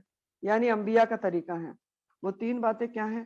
جلد روزہ افطار کرنا, سحری دیر سے کھانا, اور نماز میں دایاں ہاتھ بائیں ہاتھ کے اوپر باندھنا. ٹھیک ہے. یہ 3 باتیں حدیث کے مطابق انبیاء کے اخلاق میں سے ہیں. سحری دیر سے کھانا, روزہ جلد افطار کرنا, اور نماز میں دایاں ہاتھ بائیں کے اوپر باندھنا. ہم ایسے کرتے ہیں نا. پھر اس آیت میں صوم وصال کی ممانعت آ رہی ہے. صوم وصال کیا ہوتا ہے؟ صوم کا مطلب روزہ, اور وصال کا مطلب ہے جوڑنا. صوم وصال کہتے ہیں کہ ایک روزہ افطار کیے بغیر دوسرا روزہ رکھ لینا.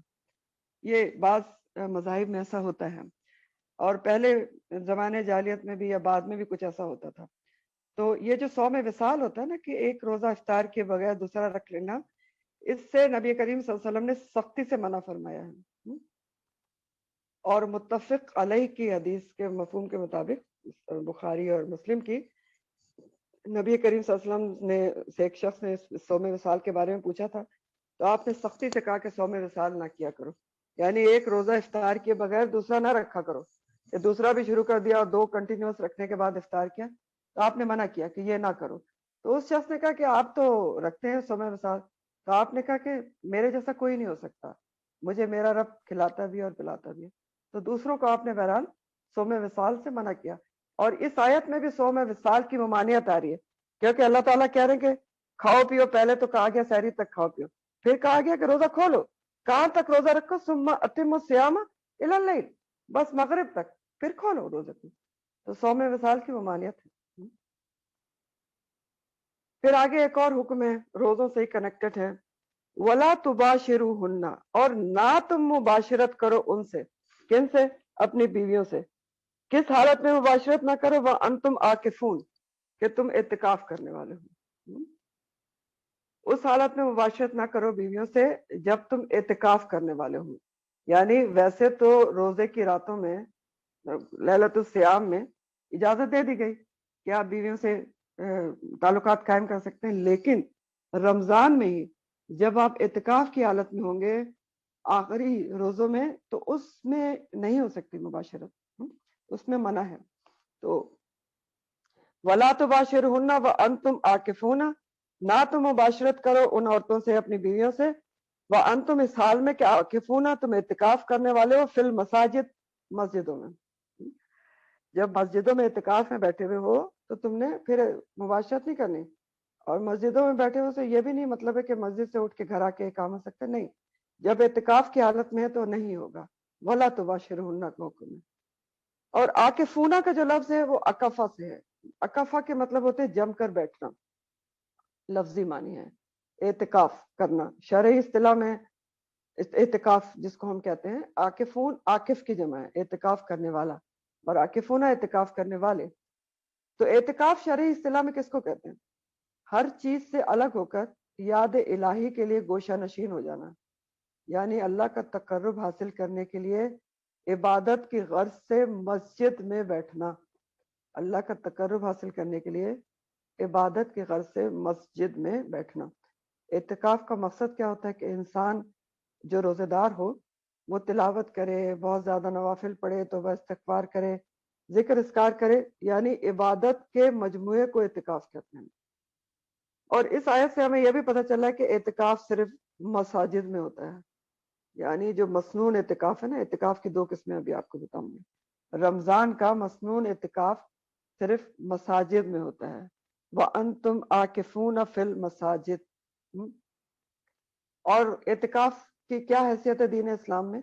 یہ رمضان کا جو اعتکاف ہے یہ سنت موقدہ کفایہ ہے. سنت موقدہ کفایہ، کفایہ کا لفظ کفایت سے ہے، یعنی اگر کچھ لوگ ایریا کے اعتکاف کر لیں تو سارے ایریا کی طرف سے یہ سنت ادا ہو جاتی، سب کے اوپر لازم نہیں ہوتا. کفایہ کا مطلب ہوتا ہے کفایت کر جاتی ہے. ایک چیزیں جو ہوتی ہیں وہ عین ہوتی ہیں تو وہ سب کے اوپر ہوتی ہیں. تو یہ کفایہ ہے، سنت موقدہ کفایہ. کچھ لوگ اگر کسی ایریا کے کر لیں گے تو سب کی طرف سے ادا ہو جائے گا، لیکن اگر ایک بھی نہیں کرے گا تو سب پر گناہ بھی ہوگا. تو کسی نہ کسی کو ضرور کرنا چاہیے.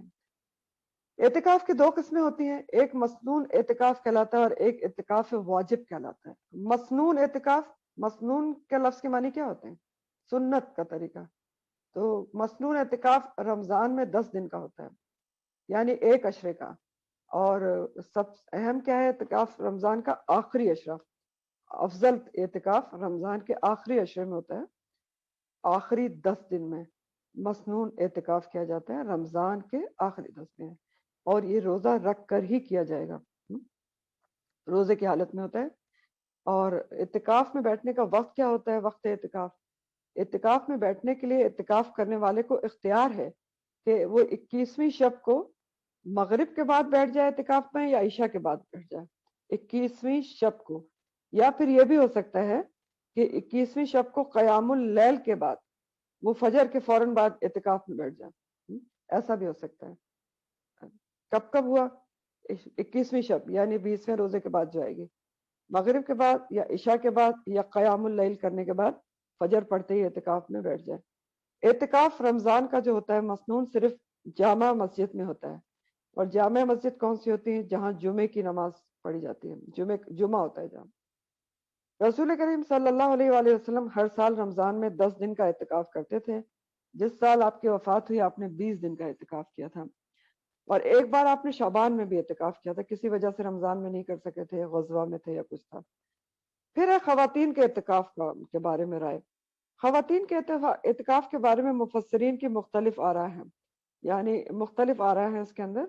ایک رائے یہ ہے کہ خواتین کو بھی مسجد میں ہی اعتکاف کرنا چاہیے، کیونکہ یہاں فی المساجد کا لفظ آیا ہے، وَأَنْتُمْ عَاكِفُونَ فِي الْمَسَاجِدِ. لیکن ہر قسم کا انتظام خواتین کا مردوں سے بالکل علیحدہ ہونا چاہیے، کوئی انٹریکشن نہیں ہونا چاہیے. جیسا کہ ازواج مطہرات کے خیمے الگ لگتے تھے ویسا ہونا چاہیے. کیونکہ دیکھیں اگر کہیں سے بھی انٹریکشن ہو رہا ہے تو پھر ایک فقہ کا اصول ہے کہ اگر کسی جو نفلی کام ہے یا سنت کا کام ہے اس کو آپ کریں اور اس میں پتہ چلے کہ اس کو اس طریقے سے کریں کہ الٹا گناہ کما لیں تو بہتر ہے کہ نہ کیا جائے اس کو. تو ہر قسم کا اگر انتظام الگ ہو تو مسنون یہی کہ خواتین بھی ایک رائے ہے، 2 آراء ہیں کہ اعتکاف مسجد میں ہی کرنا چاہیے. اور دوسری رائے یہ بھی ہے علماء کی کہ اس آیت میں مردوں کو مخاطب کیا گیا اور عورتیں اپنے گھر میں اعتکاف کر سکتی ہیں. یہ دوسری رائے یہ ہے. تو دونوں رائے ہیں. تو بہرحال بات اصل میں یہ ہے کہ دیکھیں مسنون اعتکاف تو مسجد میں یہاں آیت بتا رہی ہے، لیکن اگر گھر میں بھی کوئی اعتکاف کرتا ہے تو اس میں بہت سارے فائدے ہیں نا، کہ عبادت زیادہ کر سکتا ہے، ایک کونے میں معصور ہو جائے گا، زیادہ اجر و ثواب کما سکتا ہے. تو بہرحال گھر میں بھی ہو ہی سکتا ہے. تو بہرحال رمضان کا جو مہینہ ہے تزکیہ نفس اور تربیت نفس کا مہینہ ہے. اور جب انسان مزید اعتکاف کرتا ہے تو انسان کو اللہ کا تقرب حاصل ہوتا ہے، تقرب باللہ حاصل ہوتا ہے، اور ملائے اعلیٰ سے اس کی ایک خاص نسبت جڑ جاتی ہے۔ ملائے اعلیٰ کون ہے؟ فرشتوں سے۔ فرشتوں سے نسبت کیسے ہو جاتی ہے؟ فرشتوں کا کام کیا ہے؟ ہر وقت صرف اللہ تعالیٰ کی عبادت کرنا۔ تو جب اعتکاف میں آدمی ہر وقت یہ کرتا ہے تو اس کو یہ دونوں فائدے حاصل ہوتے ہیں۔ پھر اعتکاف کی دوسری قسم ہے اعتکاف واجب۔ وہ کون سی ہے؟ کہ جب کوئی اعتکاف اللہ کے لیے عہد کر کے اپنے اوپر واجب کر لے کہ اگر میرا یہ کام ہو گیا تو میں اعتکاف کروں گی، یا کسی بھی وجہ سے ایک منت مانے کہ میں نے اعتکاف کرنا ہے، تو یا پھر ایسی کوئی چیز کرے کہ میرا یہ کام پورا ہوا تو میں نے 2 دن کا اعتکاف کرنا ہے، یا میں نے ہفتے کا اعتکاف کرنا ہے، تو پھر یہ اعتکاف چند گھنٹوں کا بھی ہو سکتا ہے اور چند دنوں کا بھی ہو سکتا ہے، اور رمضان کے علاوہ اور دنوں میں بھی ہو سکتا ہے۔ اور پھر یہ جو اعتکاف ہے نا، وہ آپ جنرلی بھی کر سکتے ہیں۔ جیسے آپ حرم میں گئے ہوئے ہیں، ایک تو مسنون تو وہ ہوا نا جو رمضان میں ہوا، اس کو چھوڑ دیں۔ اس کے علاوہ اعتکاف اگر آپ عمرے حج پہ گئے ہیں تو آپ حرم میں جا رہے ہیں، تو انٹر ہوتے وقت یا مسجد نبوی میں جا رہے ہیں، آپ اعتکاف کی نیت کر سکتے ہیں، کچھ گھنٹوں کی بھی کر سکتے ہیں، تو اس سے آپ کو اعتکاف کا ثواب مل سکتا ہے۔ تو بہرحال یہاں پر ولا تباشروہن وانتم عاکفون فی المساجد، اعتکاف کی حالت میں بیوی سے مباشرت کرنا منع ہے، بلکہ کسی قسم کا بھی جسمانی تعلق منع ہے بیویوں کے ساتھ جتنے دن اعتکاف کیا جائے گا۔ صرف ملاقات کی جا سکتی ہے دور دور سے۔ اور اس کی جو ہمیں دلیل ہے وہ ایک حدیث سے ملتی ہے کہ نبی کریم صلی اللہ علیہ وسلم اس میں بیٹھے ہوئے تھے اعتکاف پہ، بخاری کی حدیث کا مفہوم ہے، روایت ہے، تو حضرت صفیہ آپ سے ملنے آئی تھی، ملنے صرف، تو آپ ان سے کچھ ضروری چیزیں پوچھنی تھی، پوچھ کے جانے لگی تو آپ ان کو باہر تک چھوڑنے آئے تھے، تو ملاقات کی جا سکتی ہے۔ اس کے علاوہ اعتکاف میں تمام دنیاوی کاموں سے بھی پرہیز کرنا چاہیے۔ بخاری کی حدیث کا مفہوم ہے، حضرت عائشہ رضی اللہ تعالیٰ عنہ سے مروی ہے کہ اعتکاف کی سنت یہ ہے کہ بیمار کی بیمار پرسی کو بھی نہ جائے، جنازے میں بھی شریک نہ ہو، بیوی کو نہ چھوئے، نہ اس سے مجامعت کرے، فرض غسل اور قضائے حاجت کے علاوہ مسجد سے نہ نکلے۔ ٹھیک ہے، یہ ساری چیزیں جو اعتکاف ہے اس کے اندر پھر آ جاتی ہیں ساری۔ فرض غسل اور قضائے حاجت اگر مسجد میں بندوبست نہیں ہے غسل کا تو پھر نکل کے کیا جا سکتا ہے۔ اور آپ صلی اللہ علیہ وسلم اعتکاف کی حالت میں گھر کے اندر نہیں آتے تھے سوائے حاجت کے لیے۔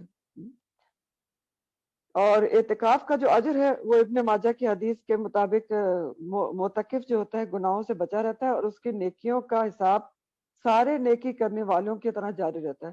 یعنی اس کو اتنا مل رہا ہوتا ہے، اجر مل رہا ہوتا ہے کہ جتنا بہت سارے لوگ مل کر نیکیاں کر رہے ہوتے ہیں۔ تو کیوں مل رہا ہوتا ہے؟ کیونکہ وہ ملٹیپل نیکیاں کر رہا ہوتا ہے، نماز بھی پڑھ رہا ہوتا ہے، اذکار بھی کر رہا ہوتا ہے، قرآن بھی پڑھ رہا ہوتا ہے، تسبیحات بھی کر رہا ہوتا ہے، سب کچھ کر رہا ہوتا ہے۔ پھر اللہ تعالیٰ فرماتے تلک حدود اللہ، یہ اللہ کی حدود ہیں، فلا تقربوها، تو نہ تم ان کے قریب جانا۔ کون سی اللہ کی حدود ہیں؟ تلک کون سی حدود ہیں؟ یہ ساری جو احکامات دیے گئے نا یہ سب اللہ کی حدود ہیں، حدود اللہ ہیں۔ روزے کی فرضیت اللہ کی حدود ہے، کون روزہ چھوڑ سکتا ہے کون نہیں چھوڑ سکتا، اس کا شرعی عذر، فدیہ کون دے سکتا ہے، مباشرت کے اوقات، روزے کے دیگر احکامات جو بھی آپ نے پڑھا یہ سب تلک حدود اللہ ہے۔ تو ان کے قریب بھی نہیں جانا چاہیے۔ قریب بھی نہ پھٹکو، یہ نہیں کہا کہ ان سے تجاوز نہ کرو، کہا ہے قریب بھی نہ جاؤ، کیونکہ قریب جانے کے بعد ہی انسان تجاوز کرتا ہے۔ وہ والی حدیث یاد کر لیں نا کہ ہر بادشاہ کا ایک باڑ ہوتی ہے اور اللہ کی باڑ اس کے احکامات ہیں، تو ان کے قریب بھی نہ جانا چاہیے، کیونکہ اگر قریب قریب جائیں تو پھر تجاوز بھی کر جاتے ہیں۔ تو تلک حدود اللہ فلا تقربوها، تو ان کے قریب بھی نہ جاؤ۔ اور کذالک یبین اللہ آیاتہ للناس، اور اسی طرح اللہ تعالیٰ کھول کھول کر بیان کرتا ہے اپنی آیات، اپنے احکامات لوگوں کے لیے۔ کیوں کھول کھول کر بیان کرتا ہے؟ لعلہم یتقون، تاکہ وہ متقی ہو جائیں یا تاکہ وہ بچ جائیں۔ اللہ تعالیٰ اپنی آیات، اپنے احکامات اسی طرح کھول کھول کر بیان کرتا ہے جیسے یہاں پر بیان ہو رہے ہیں، ایک ایک چیز صاف صاف بتا دی، کیا کرنا ہے کیا نہیں کرنا ہے، کس وقت کرنا ہے کس وقت نہیں کرنا۔ تو کیوں اللہ تعالیٰ کھول کھول کر بیان کرتے ہیں؟ تاکہ لوگ بچ جائیں، تقوی اختیار کر لیں، ہدایت پا جائیں۔ تو تمام احکامات پر عمل کا مقصد تقوی کا حصول ہے، لعلکم یتقون، اور تمام احکامات پر عمل بھی تقوی کے ساتھ ہی ہو سکتا ہے۔ تو تقوی اور احکامات پر عمل جو ہے وہ لازم و ملزوم ہے، اطاعت اور تقوی۔ پھر ایک اور حکم ہے فلا ولا تاکلوا اموالکم بینکم بالباطل، اور نہ تم کھاؤ اپنے مالوں کو آپس میں، اپنے مال آپس میں کھاؤ نہیں باطل طریقے کے ساتھ۔ وَتُدْلُوا، اور تم پہنچاتے ہو بیہا ان کو، کن کو پہنچاتے ہو؟ اپنے مالوں کو پہنچاتے ہو ان کو الی الحکامی، حکام کی طرف۔ اپنے مال آپس میں باطل طریقے سے نہ کھاؤ۔ باطل طریقہ کیسے تم استعمال کرتے ہو کہ اپنے مالوں کو حکام کی طرف پہنچاتے ہو، حاکموں کی طرف۔ کیوں مالوں کو حکام تک پہنچاتے ہو؟ لِتَأْكُلُوا، تاکہ تم کھاؤ، فریقاً ایک حصہ، من اموال الناس، لوگوں کے مالوں میں سے، بالاسم، گناہ کے ساتھ، وانتم تعلمون، اور تم جانتے ہو۔ کچھ نہ کچھ بات تو آپ کو سمجھ میں آ گئی کہ باطل طریقے سے مال نہ کھاؤ۔ اور باطل طریقہ کیسے استعمال کرتے ہو کہ تم ان کو مالوں کو غلط طریقے سے لوگوں کا مال کھانے کے لیے گناہ کے ساتھ حکام تک پہنچاتے ہو اور ان کے ذریعے ناجائز کام کراتے ہو۔ تو یہ کام نہ کرو، یہ کہا جا رہا ہے۔ تو نہ تم کھاؤ، ولا تاکلوا اموالکم بینکم بالباطل، آپس میں اپنے مال باطل طریقے سے نہ کھاؤ۔ تو یہ کوئی الگ بات بیان نہیں ہو رہی ہے، بلکہ جو تقوی روزے رکھ کر حاصل ہوا ہے نا، اسی کا ایک ٹیسٹ آگے آ رہا ہے کہ رمضان کا مطلب کیا ہے، رمضان کا مقصد کیا ہے، تقوی کا اصول۔ شروع میں ہی پڑھا نا آپ نے، پڑھا نا اللہ تعالیٰ نے کہا لعلکم تتقون، اس لیے روزے تم پر فرض کیے گئے۔ تو اب جو روزہ رکھ کے تقوی حاصل کیا ہے تو آگے پوری زندگی میں اس کا ٹیسٹ ہوگا کہ انسان عقل حلال کھاتا اور کماتا ہے یا روزہ رکھ کر بھی اس کو حلال اور حرام کا فرق نہیں پتہ چلتا، یا فرق جاننے کے باوجود بھی اس کو اپنی زندگی میں قائم نہیں رکھتا۔ تو ایسا ہوتا ہے نا، بہت سارے لوگ روزہ رکھ نماز کے ساتھ ساتھ حرام کمائی کر رہے ہوتے ہیں، کھا رہے ہوتے ہیں، لوگوں کے مال بھی ہتھیار رہے ہوتے ہیں باطل طریقے سے، یہ سب ہو رہا ہوتا ہے۔ اس لیے اللہ تعالیٰ اس کا بھی واضح حکم دے رہے ہیں۔ کہا نا اللہ تعالیٰ نے کہ یبین اللہ آیاتہ للناس لعلہم یتقون۔ تو اس لیے ایک اور حکم ایسا دیا جا رہا ہے واضح طور پہ کہ جس سے انسان بچ جائے اور متقی ہو جائے کہ حرام طریقے سے ایک دوسرے کے مال نہ کھو۔ تو یہاں روزے کے جو احکامات ہیں اس کا نقطہ عروج، ہائیسٹ پوائنٹ بتایا جا رہا ہے کہ انسان عقل حلال کھائے اور کمائے اور باطل طریقوں سے بچے۔ جس رب کے حکم سے روزے میں حلال سے بچتا ہے وہ باطل کاموں سے بھی اسی رب کے حکم سے بچے، پوری زندگی بچے، یہ بتایا جا رہا ہے۔ تو باطل طریقے کیا ہوتے ہیں؟ یہ جو اللہ تعالیٰ منع کر رہے ہیں کہ باطل طریقوں سے ایک دوسرے کے مال نہ کھاؤ۔ باطل طریقے، باطل ہر وہ طریقہ ہے جو عدل و انصاف، شریعت اور معروف کے خلاف ہے۔ باطل ہر وہ طریقہ ہے جو عدل و انصاف، شریعت اور معروف کے خلاف۔ تو باطل طریقے سے مال کھانا کیسے ہوتا ہے؟ یعنی لوٹ مار، چوری، ڈاکہ زنی، رشوت ستانی، سود، چور بازاری، تمام ناجائز تجارتیں، یہ ساری چیزیں جو ہیں ان طریقوں سے ایک دوسرے کا مال ہڑپ کرنا، یہ سب باطل طریقے ہیں۔ اور اس آیت میں خاص طور پر جس باطل طریقے کا ذکر ہے نا، وہ ناجائز طریقہ کیا ہے، باطل طریقہ کیا ہے؟ رشوت کا ذکر کیا جا رہا ہے۔ رشوت کا خاص طور پر، پہلے اللہ تعالیٰ نے عمومی طور پر منع کیا نا کہ ایک دوسرے کا مال باطل طریقے سے نہ کھاؤ، پھر ایک خاص چیز کا ذکر کیا کہ وہ تدلو بہا، تم پہنچاتے ہو اس کو، اپنے مالوں کو حکام کے پاس، حاکموں کے پاس، اوپر والے لوگوں کے پاس۔ کیوں پہنچاتے ہو اپنے مالوں کو اوپر والے لوگوں کے پاس؟ لِتَأْكُلُوا فَرِيقًا مِّنْ أَمْوَالِ النَّاسِ بِالْإِثْمِ، تاکہ تم کھاؤ لوگوں کے مالوں کا ایک حصہ گناہ کے ساتھ۔ تو کس کا ذکر ہے؟ رشوت کا ذکر کیا جا رہا ہے۔ ٹھیک ہے، تدلو کے لفظ کو سمجھیں گے تو آپ اور اچھی طریقے سے سمجھ جائیں گے کہ یہ رشوت کا ذکر ہے۔ تدلو کا لفظ جو ہے نا، اس کا روٹ ہے دال لام واو۔ دلوا کہتے ہیں ڈول کو۔ ڈول کون سا؟ جس کے ذریعے، جس میں رسی بندھی ہوتی ہے اور اب کنویں سے پانی نکالتے ہیں۔ تو جس طریقے سے کنویں سے پانی نکالتا ہے نا انسان، دیکھیں تو ڈول کیا کرتا ہے، انسان کو پانی تک رسائی دیتا ہے۔ پہلے تو رسائی، اپروچ کرتا ہے پانی تک، پھر اپروچ کرنے کے بعد وہ پانی نکالنے کا ذریعہ بھی بنتا ہے، یعنی کام پورا ہو جاتا ہے، کام بن جاتا ہے۔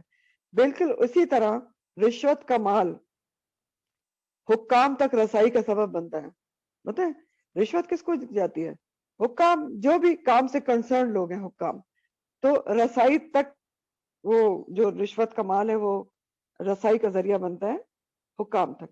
پھر جب وہ رسائی ہو جاتی ہے، مال پہنچا دیا جاتا ہے، تو پھر یہی رشوت کام نکالنے کا ذریعہ بنتی ہے ناجائز طریقے سے. اور رشوت دے کر انسان بڑے بڑے دنیاوی فوائد حاصل کر لیتا ہے جو اس کی دسترس سے باہر ہوتے ہیں. سوچ کے دیکھیں، آج کل تو بہت آسانی سے سمجھ میں آتا ہے. آج کل تو حکام کیا، اوپر سے نیچے تک سب رشوت پر ہی کام کر رہے ہیں. ہاں، باطل طریقے وَتُتْلُوا بِهَا إِلَى الْحُكَّامِ، تاکہ تم کھاؤ لوگوں کا مال باطل طریقے سے. باطلی طریقے ہیں ہر طرف، ہر کوئی کھا رہا ہے. تو رشوت کے ذریعے کیا ہوتا ہے؟ وہ کچھ انسان حاصل کر لیتا ہے جو اس کا حق نہیں ہے، دوسرے کا حق مارتا ہے. مثلا رشوت دے کے کیا کیا کام ہوتے ہیں اور حق کیسے مارا جاتا ہے؟ رشوت کے ذریعے نوکریاں حاصل کرنا، جو حقدار ہے اس کا حق مارا گیا. باقاعدہ پیسے لیے جاتے ہیں کہ فلانی نوکری کے اتنے لاکھ لگیں گے. تب کیا ہوا؟ جو بیچارہ ڈیزرو کرتا تھا وہ تو رہ گیا. اس اسکول کالجوں میں داخلہ رشوت دے کر، جس نے آئی ایس مارک لیے تھے وہ پیچھے ہے، رشوت والا آگے چلا گیا. مقدموں کے فیصلے اپنے حق میں کروانا رشوت دے کے. تو ان سب ذریعوں سے کسی حقدار کا حق مار کر انسان اس کو اپنا حق بنا لیتا ہے. اور اللہ تعالیٰ اسی سے منع کر رہے ہیں. اللہ تعالیٰ کے نزدیک یہ طریقے باطل ہیں، ناجائز ہیں اور حرام ہیں. منع کیا جا رہا ہے ولا تاکلوا. اور اللہ تعالیٰ نے یہ جو کہا ہے نا، وَأَنْتُمْ تَعْلَمُونَ، تم جانتے ہو کہ تم گناہ کے کام کر کے لوگوں کے مال کو کھا رہے ہو. آیت دیکھیں نا، وَتُتْلُوا بِهَا إِلَى الْحُكَّامِ لِتَأْكُلُوا فَرِيقًا مِنَ أَمْوَالِ النَّاسِ. حکام تک پہنچاتے ہو پیسوں کو تاکہ تم لوگوں کے مالوں میں سے ایک حصہ کھا لو، بالاسم، گناہ کے ساتھ، حرام طریقے سے کھا لو. وَأَنْتُمْ تَعْلَمُونَ، اور تم جانتے ہو. یعنی سب سے پہلے تو کیا تم جانتے ہو؟ کہ تم سب جانتے ہو. کون نہیں جانتا کہ یہ طریقے غلط ہیں؟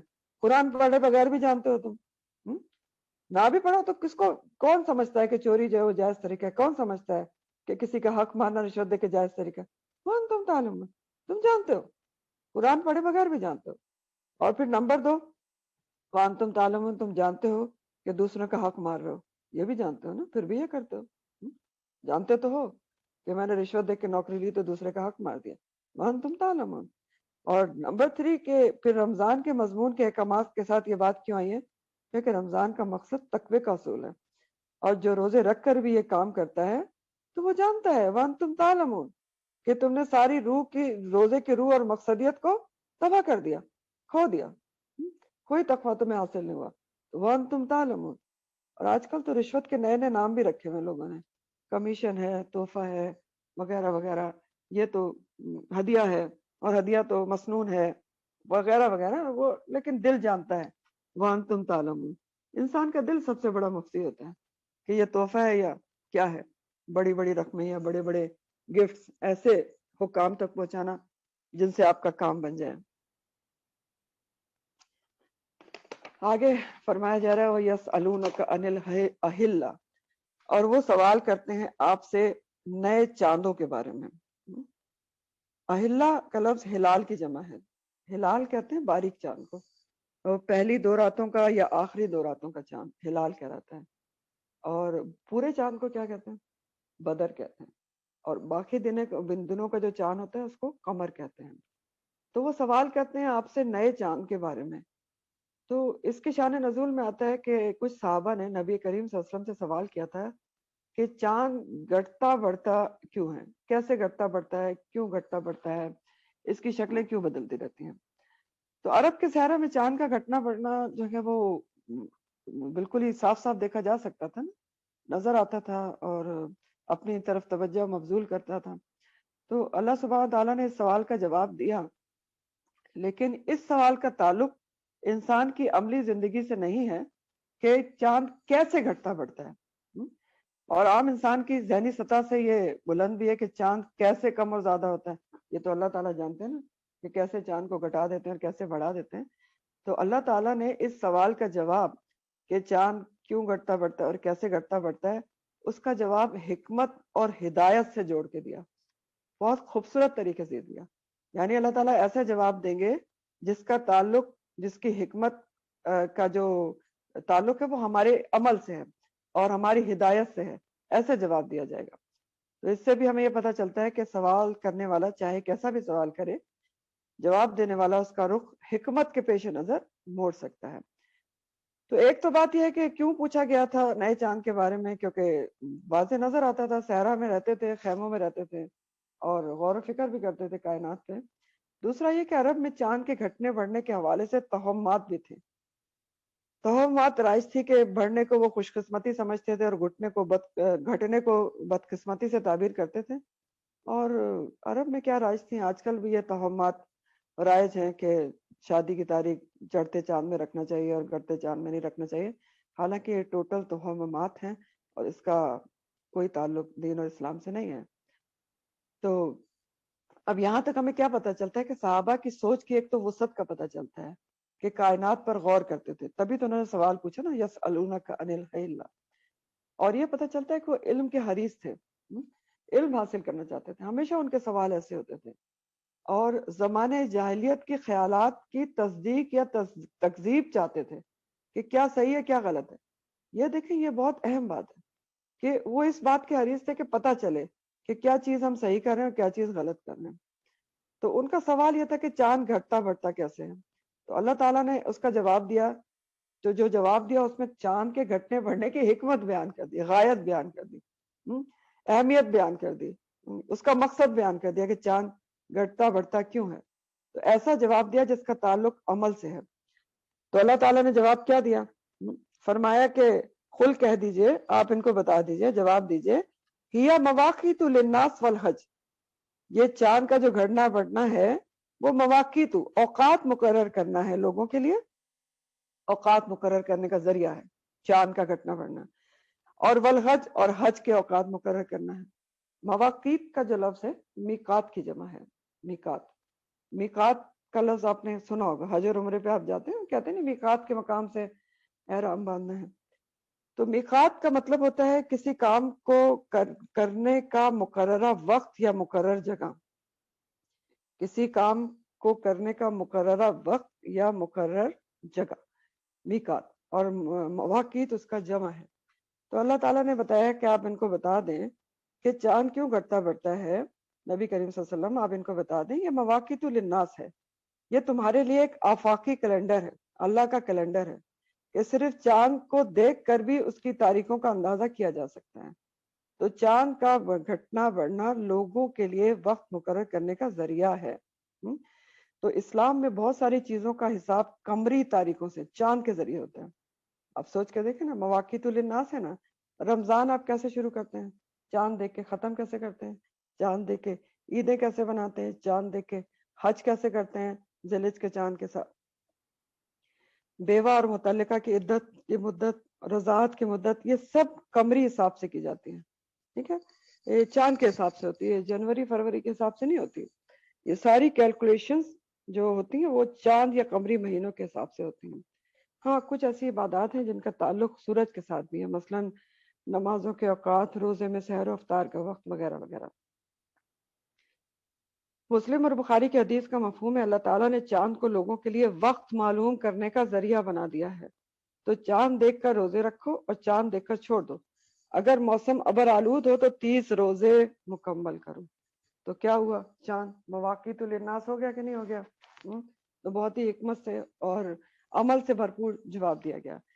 والحج، اور حج کا جو وقت ہے وہ معلوم کرنے کا ذریعہ ہے۔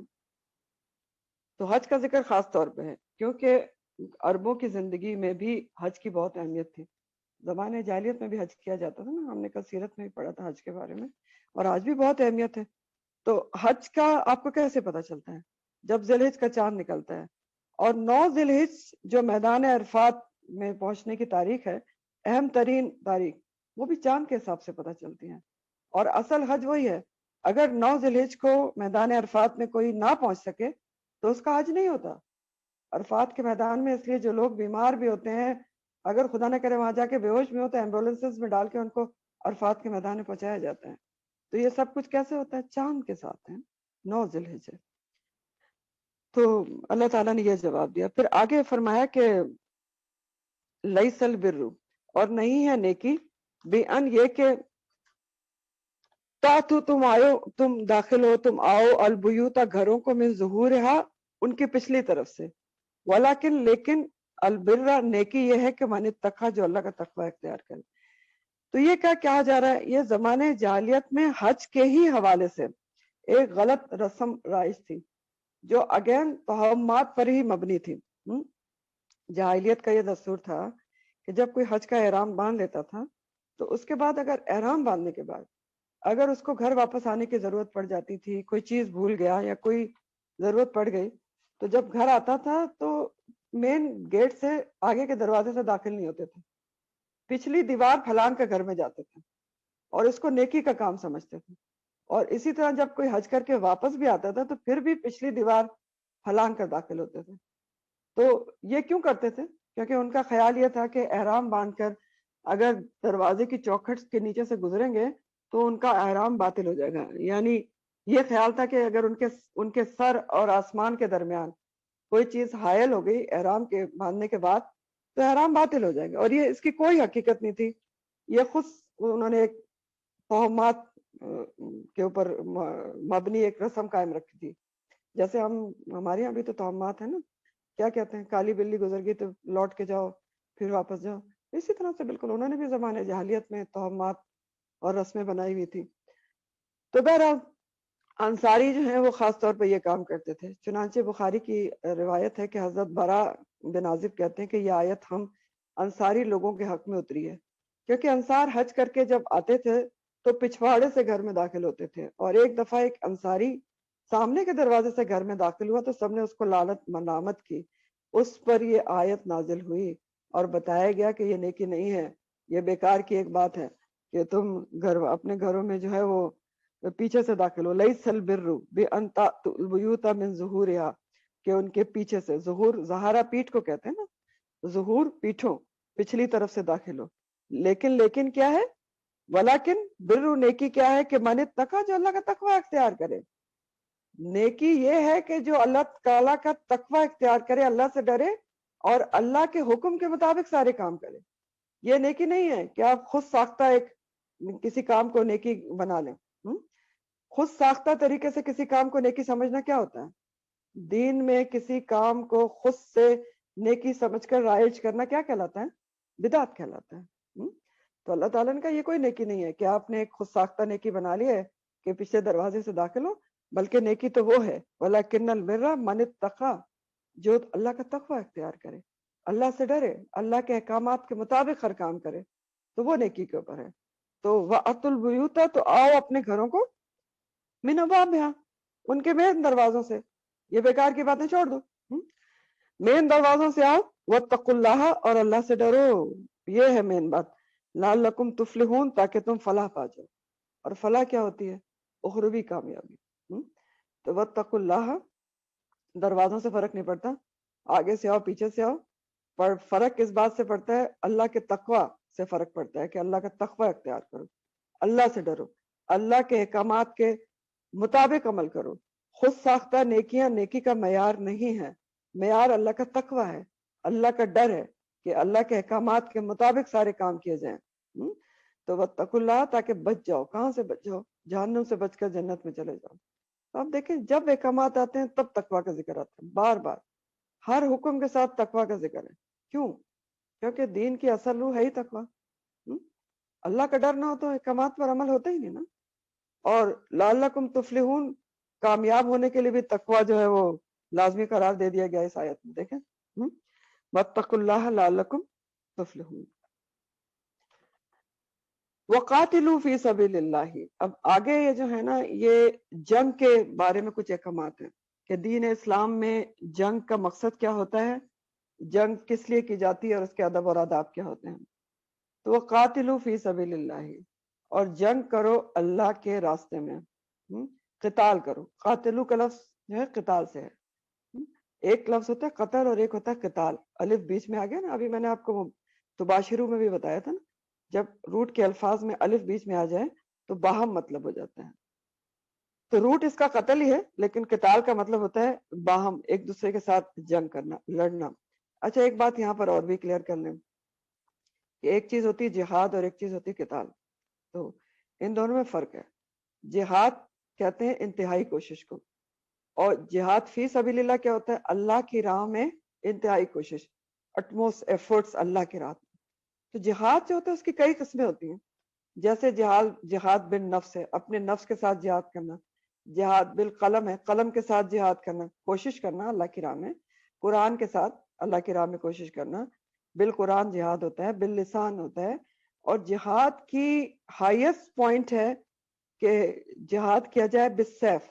ٹھیک ہے, جہاد بالسیف, تلوار کے ساتھ جہاد یعنی قتال. تو قتال جہاد کی ایک ٹائپ ہے, ہائیسٹ پوائنٹ ہے. لیکن جہاد کا ہمیشہ مطلب قتال نہیں ہوتا, سمجھ گئے, یہ سمجھ لے صرف. تو جہاد تو کسی بھی طریقے سے ہو سکتا ہے. تو جہاد و قتال میں فرق ہے. اور یہاں کہا جا رہا ہے قتال کرو, یعنی خاص جہاد کا ذکر ہو رہا ہے کہ جہاد فی سبیل اللہ کی جو انتہائی چوٹی ہے, قتال فی سبیل اللہ, اس کا ذکر ہو رہا ہے کہ اللہ کی راہ میں اللہ کے دین کے لیے جان و مال کے ساتھ جنگ کرو. وقاتلوا فی سبیل اللہ. تو یہ آگے جو آیات ہیں اس میں اللہ تعالیٰ نے یہ واضح کیا ہے کہ دین اسلام میں جنگ کس مقصد کے لیے ہونا چاہیے, کس کے ساتھ ہونا چاہیے, اور جنگ کے ادب و آداب, جنگ کی اخلاقیات کیا ہوں گی, یہ سب بیان کیا گیا ہے. پس منظر اس کا یہ کہ مسلمان جب تک مکہ میں تھے تو ان کو مخالفین پر ہاتھ اٹھانے منع تھا. ابھی جنگ کا ان کو اجازت نہیں تھی جب تک مکہ میں تھے, کیونکہ مسلمان ابھی طاقتور نہیں تھے, منظم نہیں تھے, منتشر تھے, کمزور تھے. لیکن مدینہ آ کر جب حالات بدل گئے تو منظم ہو گئے اور ایک چھوٹی سی ریاست قائم ہوگی, تو پھر ان کو جنگ کی اجازت ملی. تو جنگ کی اجازت کہاں ملی؟ ایک تو سورہ الحج کی آیت نمبر 39 ہے, الحج 39, جس کا ترجمہ ہے کہ جن لوگوں سے لڑائی کی جاتی رہی اب انہیں بھی لڑائی کی اجازت دی جاتی ہے, کیونکہ ان پر ظلم ہوتا ہے اور اللہ تعالیٰ ان کی مدد پر پوری قوت رکھتا ہے. سورہ الحج 39 کا ترجمہ. پھر یہاں بھی جو اللہ تعالیٰ جنگ کی اجازت دے رہے ہیں کہ قاتلوا فی سبیل اللہ, کہ جنگ کرو اللہ کے راستے میں, اللہ کے راستے میں. تو سب سے پہلے تو یہاں پر مسلمانوں کو جنگ کرنے کا مقصد بتایا جا رہا ہے کہ جنگ کا مقصد کیا ہوگا؟ فی سبیل اللہ, اللہ کے دین کو پھیلانے کے لیے, دین کو بچانے کے لیے جنگ کرنی ہے. کسی ذاتی یا دنیاوی مقاصد کے لیے جنگ نہیں ہو سکتی, اس کی دین اسلام میں اجازت نہیں ہے. ذاتی اور دنیاوی مقاصد کیا ہو سکتے ہیں؟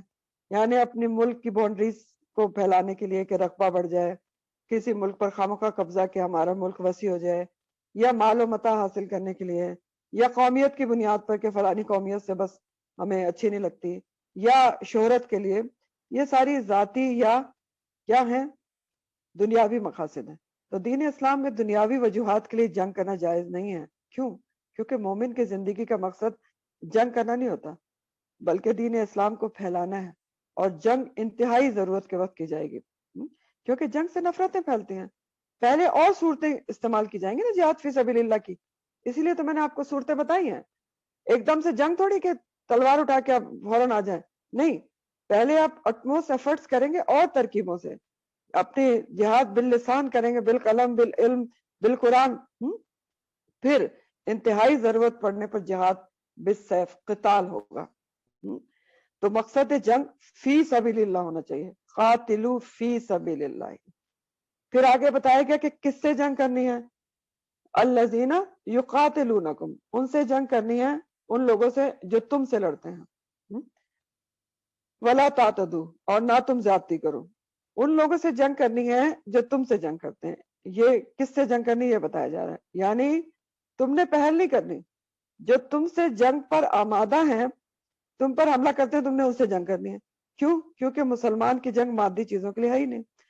تو اس آیت کے پورشن سے ڈیفنسو وار کی اجازت ملی ہے, مدافعانہ جنگ, کہ ان سے جنگ کرو الذین یقاتلونکم, جو تم سے جنگ کرتے ہیں. ٹھیک ہے, تو ڈیفنسو وار کی اجازت ملی ابھی یہاں پر. لیکن بعد میں اس حکم میں توسیع کر دی گئی اور مسلمانوں نے حسب ضرورت کفار کے علاقے میں جا کر بھی جنگ کی, اوفینسو وارز بھی کی ہیں. لیکن یہاں تک ابھی کس کی اجازت مل رہی ہے؟ ڈیفنسو وار کی. تو جنگ کے آداب, جنگی اخلاق سکھایا جا رہا ہے کہ ان سے جنگ کرو جو تم سے جنگ کر رہے ہیں, جو تم سے جنگ پر آمادہ ہیں, چڑھ چڑھ کر آتے ہیں, ان سے جنگ کرو, تمہیں اب اجازت ہے. اور جو دین کو پھیلانے میں, مذاہب میں جو روک رہے ہیں دین کو پھیلانے میں, ان سے جنگ کرو. ان سے نہ کرو جو جنگ میں شامل نہیں ہیں. جو جنگ میں خود شامل نہیں ہے ان کے ساتھ جنگ نہ کرو، اور ولا تعتدو، زیادتی نہ کرو، جاہلیت کے طریقے نہ استعمال کرو۔ تو یہ ولا تعتدو کا جو لفظ ہے نا، اعتدا سے ہے۔ اعتدا کیا ہوتا ہے؟ زیادتی کرنا۔ تو اس میں کئی چیزیں ہیں ولا تعتدو میں، جو دین اسلام جنگ کے اخلاقیات سکھاتا ہے نا، وہ اسی جملے کے اندر آتی ہیں، ولا تعتدو، زیادتی نہ کرو۔ تو ولا تعتدو میں کیا کیا ہے اور کیا کیا حکم ہے دین اسلام میں؟ جنگ کے کیا آداب ہیں؟ عورتوں، بچوں، بزرگوں، بیماروں پر، زخمیوں پر ہاتھ نہیں اٹھایا جائے گا جنگ کے دوران۔ عورتوں، بچوں، بزرگوں، بیماروں اور زخمیوں پر ہاتھ نہیں اٹھایا جائے گا۔ گرجے والوں پر بھی ہاتھ نہیں اٹھایا جائے گا، جو عبادت میں مصروف ہیں، ان کا جنگ سے تعلق نہیں۔ پھر اسی طرح دوسرا پوائنٹ ہے، کھیتوں اور مویشیوں اور پھلدار درختوں کو برباد نہیں کیا جائے گا، ولا تعتدوا۔ کھیتوں، مویشیوں، پھلدار درختوں کو خواہ ان کو اجاڑا نہیں جائے گا، یہ بھی دین اسلام سکھاتا ہے۔ ایک غزوے میں، غزوہ خیبر میں، جو درخت آڑے آ رہے تھے تو باقاعدہ طور پہ پھر اجازت دی تھی نبی کریم صلی اللہ علیہ وسلم نے کہ ان کو کاٹ دیا جائے، ورنہ درخت وغیرہ اور مویشی اور پھلدار درخت کو خواہ برباد نہیں کرنا ہے، دین اسلام یہ حکم دیتا ہے۔ تھرڈ پوائنٹ ہے کہ دشمن کی لاشوں کے ساتھ بھی زیادتی نہ کرو، ولا تعتدوا۔ تو یعنی لاشوں کے ساتھ زیادتی نہ کرو، مسئلہ نہ کرو، اعضا نہ کاٹو، کیونکہ یہ بھی ہوتا تھا زمانے جاہلیت میں۔ مسئلہ کا لفظ جو ہے نا، میم سے لام ہا سے ہے، مسئلہ۔ تو مسئلہ کیا ہوتا ہے؟ جنگ میں لاشوں کی اعضا کاٹنا بلا وجہ اپنی شان دکھانے کے لیے۔ تو یہ ساری چیزیں ولا تعتدوا میں آتی ہیں کہ زیادتی نہ کرو۔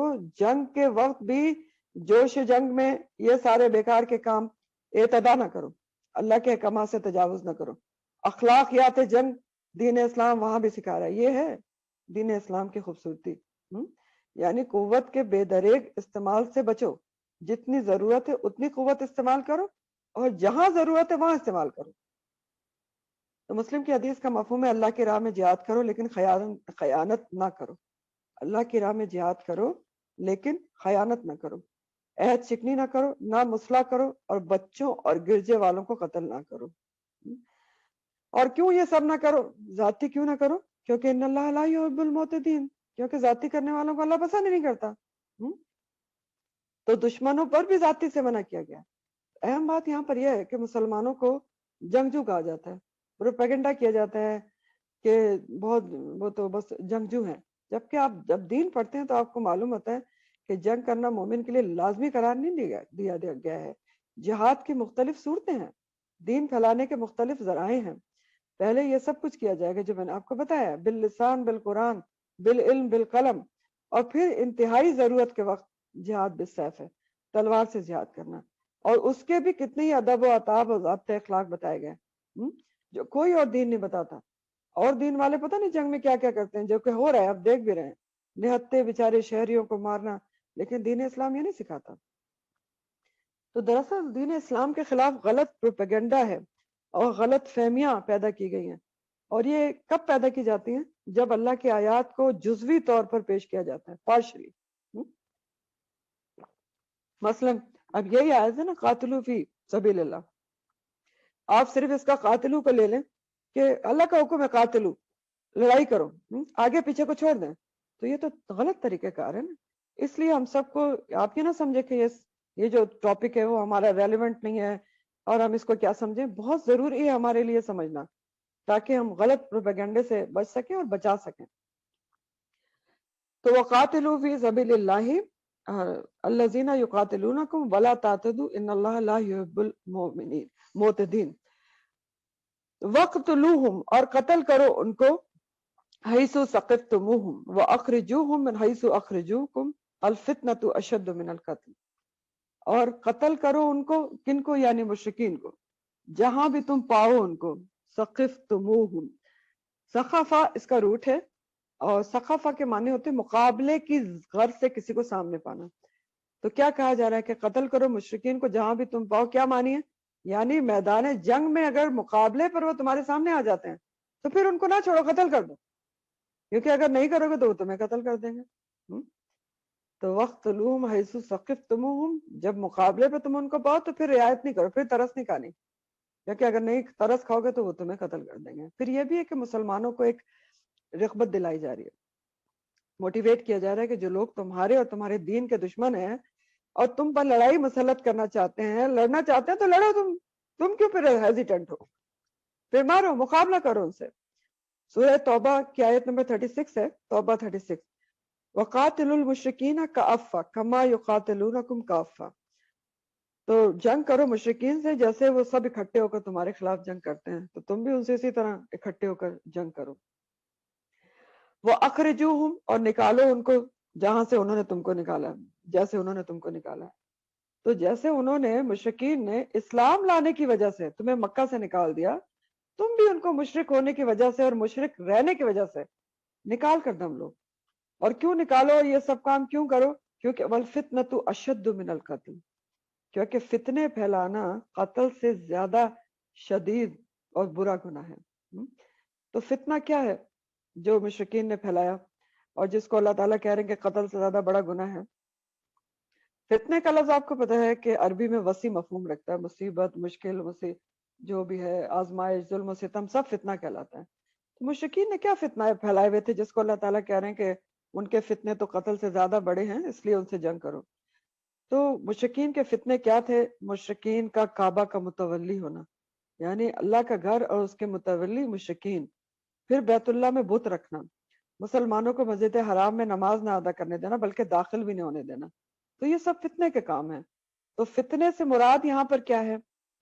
ہر وہ حرکت ہے مشرکین مکہ کی جو انہوں نے دین اسلام کو روکنے کے لیے کی، مثلا مسلمانوں پر ظلم و ستم، ان پر جبر زبردستی کے دوبارہ کفر پر آ جائیں، ان کو ہجرت پر مجبور کر دینا، ہجرت کے بعد بھی پیچھا نہ چھوڑنا۔ تو یہاں پر ان سارے فتنوں کو روکنے کے لیے قتل و قتال کی اجازت دی جا رہی ہے کہ الفتنۃ اشد من القتل، کہ کسی کو قتل کرنا بھی بہت بری بات ہے، لیکن جب اس قسم کے فتنے پھیلائے جا رہے ہوں تو وہ زیادہ برائی ہے۔ کیوں؟ کیونکہ اس سے زیادہ لوگ متاثر ہوتے ہیں۔ تو اگر ایسے فتنے کو روکنے کے لیے قتل و قتال کرنا پڑے تو جائز ہے، کرو۔ تو اب کچھ صورتیں ہیں، وہ میں آپ کو بتاتی ہوں کہ دین اسلام میں کن صورتوں میں جنگ جائز ہے، کن صورتوں میں جنگ جائز ہے۔ دین اسلام میں کن صورتوں میں جنگ جائز ہے؟ نمبر 1، جان و مال کی حفاظت کے لیے، اور اس میں سرحدوں کی حفاظت بھی شامل ہے، سرحدوں کی حفاظت کے لیے بھی ہوتی ہے نا، اور یہ ڈیفینسو وار ہوگی، مدافعتی جنگ، کہ آپ حفاظت کر رہے ہیں نا۔ نمبر 2، کسی علاقے کے مظلوم مسلمان مدد کے لیے پکارے جب انہیں شریعت کے احکامات پر عمل نہ کرنے دیا جا رہا ہو، تو ایسے میں بھی جنگ کی جائے گی، اور یہ پھر آفینسو وار ہوگی۔ اور ایسی تو بہت ساری صورتحال آپ کو آس پاس نظر آ رہی ہیں جس میں ہمارے پاس آفینسو وار بنتی ہے۔ نمبر 3، جب کسی معاہدے کی خلاف ورزی یا عہد شکنی کی جائے یا سفیر کو قتل کر دیا جائے آپ کے، تو یہ سب چیزیں بھی جنگ کا الٹیمیٹم ہوتی ہیں۔ پھر آگے اللہ تعالیٰ فرما رہے ہیں کہ وَلَا تُقَاتِلُوهُمْ عِنْدَ الْمَسْجِدِ الْحَرَامِ، لیکن تم نہ لڑو ان سے مسجد حرام کے پاس، حَتَّى يُقَاتِلُوكُمْ فِيهِ، یہاں تک کہ وہ لڑیں تم سے اس میں، یعنی مسجد حرام کے پاس۔ اب اس حکم میں کیا چیز بتا رہے ہیں اللہ تعالیٰ؟ حرم میں، مسجد حرام میں جنگ و جدال کی ممانعت آ رہی، وَلَا تُقَاتِلُوهُمْ عِنْدَ الْمَسْجِدِ الْحَرَامِ، کیونکہ مکہ جو ہے وہ حرمت والی جگہ ہے، تو وہاں خود سے آپ نے جنگ کی ابتدا نہیں کر سکتے۔ حتیٰ یقاتلوہم، یہاں تک کہ وہ تم سے جنگ کرنے آ جائیں مسجد حرام کے پاس، جب وہ آ جائیں گے تو تم بھی ان سے جنگ کر سکتے ہو، ڈیفینسو وار ہو سکتی ہے۔ لیکن مکہ کے پاس ویسے اس کی حرمت ہے، جنگ و جدال خود سے شروع کرنا منع کیا جا رہا ہے، وَلَا تُقَاتِلُوهُمْ عِنْدَ الْمَسْجِدِ الْحَرَامِ۔ بخاری اور مسلم کی حدیث کا مفہوم ہے، آپ صلی اللہ علیہ وسلم نے فرمایا یہ شہر حرمت والا ہے، زمین و آسمان کی پیدائش کے وقت سے اور قیامت تک یہ باحرمت ہے، صرف تھوڑے وقت کے لیے میرے لیے اس کو حلال کر دیا گیا تھا۔ تو وہ کون سا وقت تھا جس کے لیے حرم آپ کے لیے حلال کیا گیا تھا؟ فتح مکہ کے وقت۔ تو آگے بتایا جا رہا ہے کہ اگر وہ تم سے لڑائی کریں مسجد حرام کے پاس بھی تو جوابی کارروائی کے اوپر تم بھی کر سکتے ہو۔ فَإِن قَاتَلُوكُمْ، اگر وہ لڑے تم سے، فَقْتُلُوهُمْ كَذَلِكَ جَزَاءُ الْكَافِرِينَ، کہ خود سے آپ نے مسجد حرام کے پاس جنگ اسٹارٹ نہیں کرنی، اوائڈ کرنی ہے، لیکن اگر وہ نہیں مانتے اور مسجد حرام کے پاس آ کر آپ سے لڑائی کرتے ہیں تو جوابی کارروائی کے طور پر تم بھی کر سکتے ہو، اور کافروں کا یہی بدلہ ہے۔ کیونکہ اگر دیکھیں کذالک جزاء الکافرین، اگر انہیں پتہ چل جائے کہ مسجد حرام کے پاس تم جنگ نہیں کرو گے تو پھر تو یہی کرتے رہیں گے وہ، کہ مسجد حرام کے پاس لا کر آپ سے لڑیں گے۔ تو اس لیے اجازت دے دی گئی کہ اگر مسجد حرام کے پاس وہ تم سے جنگ کرتے ہیں، وہ ابتدا کرتے ہیں، تو آپ جوابی کارروائی کر سکتے ہیں. فَإِنْ انْتَهُوا، لیکن اگر وہ باز آ جائیں، فَإِنَّ اللَّهَ غَفُورٌ رَحِيمٌ، کس سے باز آ جائیں؟ یعنی اپنے شرک سے باز آ جائیں، جنگ کرنے سے باز آ جائیں، تو اللہ ان کے لیے بھی غفور رحیم ہے، معاف کر دے گا، تم بھی معاف کر دو. اور معافی ہر حال میں فائدے مند ہے. آپ دیکھیں فتح مکہ کے موقع پر ابو سفیان کو آپ نے معاف کیا، مسلمان ہو گئے. بہت سی جنگیں انہوں نے پہلے مسلمانوں کے خلاف لڑی تھی، لیکن جب اسلام قبول کیا تو اسلام کی طرف سے لڑی. تو معافی تو ہر حال میں فائدے مند ہے. اور ایسی بہت ساری مثالیں ہیں. اکرمہ بن ابو جہل دیکھیں، انہوں نے پہلے وہ اسلام کے خلاف تھے، ابو جہل کے بیٹے، جب اسلام لے آئے تو زبردست اسلام کی خدمت کی. خالد بن ولید، ان کی وجہ سے ہم جنگ احد مسلمان ہارے تھے، کیونکہ وہ اپوزٹ پارٹی میں تھے. جب اسلام لے آئے تو بہت ساری جنگیں ان کی وجہ سے جیتی گئیں، ان کو سیف اللہ کا خطاب دیا نبی کریم صلی اللہ علیہ وسلم نے.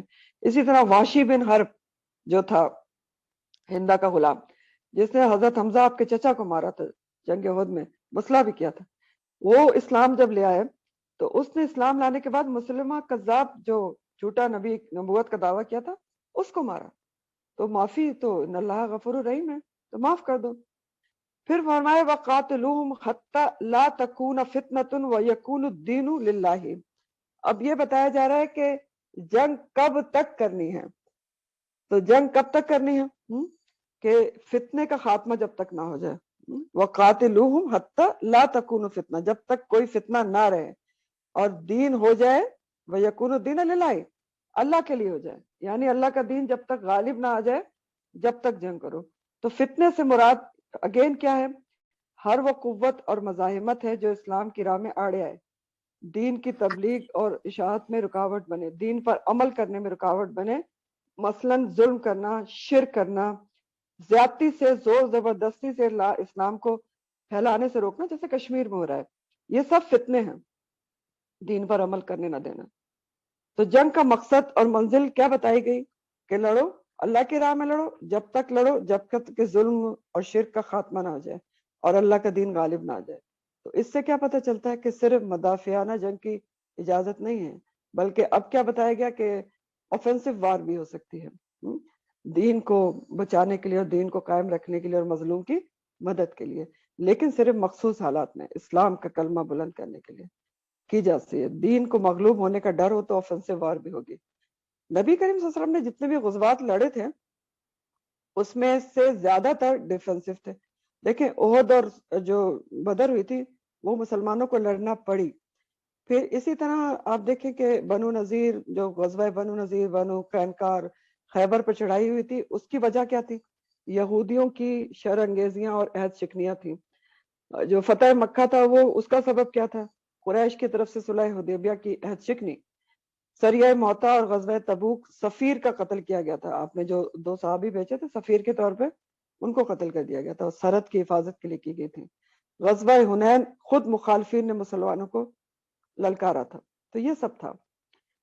تو آگے اللہ تعالیٰ کہتے ہیں، آخری آیت ہے آج کے آپ کے لیسن کی، فَإِنْ انْتَهُوا، پھر اگر وہ باز آ جائیں. اگین کہا جا رہا ہے کہ اگر وہ باز آ جائیں تو فلا عدوان الا علی الظالمین، پھر کسی کے اوپر زیادتی نہیں کرنی، الا علی الظالمین، سوائے ظالموں کے.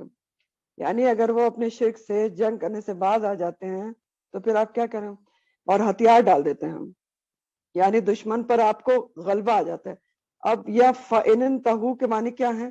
یعنی جنگ پہ وہ ہتھیار ڈال دیتے ہیں، جنگ رک جاتی ہے، دشمن کے لوگ آپ کے پاس قیدی بن کر آ جاتے ہیں. تو اب آپ دشمن پر غلبہ پانے کے بعد قیدیوں کے ساتھ کیا کریں گے؟ صرف انہیں سزا دیں گے جنہوں نے مسلمانوں کو بہت تکلیفیں دی تھی، توبہ بھی نہیں کی اور باز بھی نہیں آئے. جو قیدی آ کے سرنڈر کر دیتے ہیں، توبہ کر لیتے ہیں، معافی مانگ لیتے ہیں، تو ان کے اوپر اب ظلم و ستم نہیں کریں گے. ظلم اب کس پہ ہوگا؟ اب بدلہ کس سے لیا جائے گا؟ سزا کس کو ملے گی؟ الا علی الظالمین. تو اس لیے آپ دیکھیں کہ جو جنگ بدر کے موقع پر جو قیدی بنے تھے اس میں سے صرف 2 لوگوں کو قتل کروایا گیا تھا، باقی قیدیوں کو نبی کریم صلی اللہ علیہ وسلم نے فدیہ دے کر چھوڑ دیا تھا. یہی آیت میں اللہ تعالیٰ نے کہا نا کہ اگر وہ باز آ جائے تو فلا عدوان، پھر عدوان کے مطلب ہوتے ہیں زیادتی میں پہل کرنا. تو بدر کے موقع پہ جو 2 قیدی قتل کرائے گئے تھے وہ عقبہ بن ابی معیط اور نضر بن حارث تھے. پھر اسی طرح فتح مکہ کے موقع پر آپ نے عام معافی کا اعلان کر دیا تھا. صرف 4 لوگوں کے قتل کا حکم دیا تھا، جس میں سے بھی ایک کا قتل جو ہے وہ کنفرم اس میں آتا ہے روایات میں، اور وہ شخص کون تھا؟ عبداللہ بن خطل تھا، خطل طوئے سے. اس کو قتل کیا گیا تھا اور وہ 3 جرائم میں ملوث تھا. 3 جرائم تھے. مرتد تھا، ایک تو دین سے پھرا تھا، خون ناحق کیے تھے، اور توہین رسالت کا مرتکب تھا، ہجو کرتا تھا آپ کے خلاف. اس لیے اس کے لیے حکم تھا، بخاری کی حدیث کے مفہوم میں آتا ہے کہ نبی کریم صلی اللہ علیہ وسلم نے حکم دیا تھا کہ یہ شخص تو اگر کعبہ کے خلاف غلاف سے بھی پکڑ کر لٹک رہا تو اسے قتل کر دو. یعنی پھر حرمت کا خیال نہیں رکھا جائے گا، اتنے زیادہ اس کے جرائم تھے. اور اس سے یہ بھی پتہ چل رہا ہے کہ اشتہاری ملزم کو کعبہ کی حرمت بھی بچا نہیں سکتی، پناہ نہیں دے سکتی. تو بہرحال ان آیات میں یہ بات سمجھائی گئی کہ جو ذاتیوں سے توبہ کر لیں، باز آ جائیں، انہیں معاف کر دو. الا الظالمین، لیکن ظالموں کو نہیں چھوڑنا، ان کو سزا دینی ہے، کیونکہ اگر ظالموں کو چھوڑ دیا تو وہ دوبارہ فتنے پیدا کریں گے اور اسلام دشمنی پیدا کریں گے. وآخر دعوانا ان الحمدللہ رب العالمین. سبحانک اللہم وبحمدک نشہد ان لا الہ الا انت نستغفرک ونتوب الیک. سبحان ربک رب العزۃ عما یصفون وسلام علی المرسلین والحمد للہ رب العالمین. ربنا تقبل منا انک انت السمیع العلیم وتب علینا انک انت التواب الرحیم. آمین یا رب العالمین. السلام علیکم ورحمۃ اللہ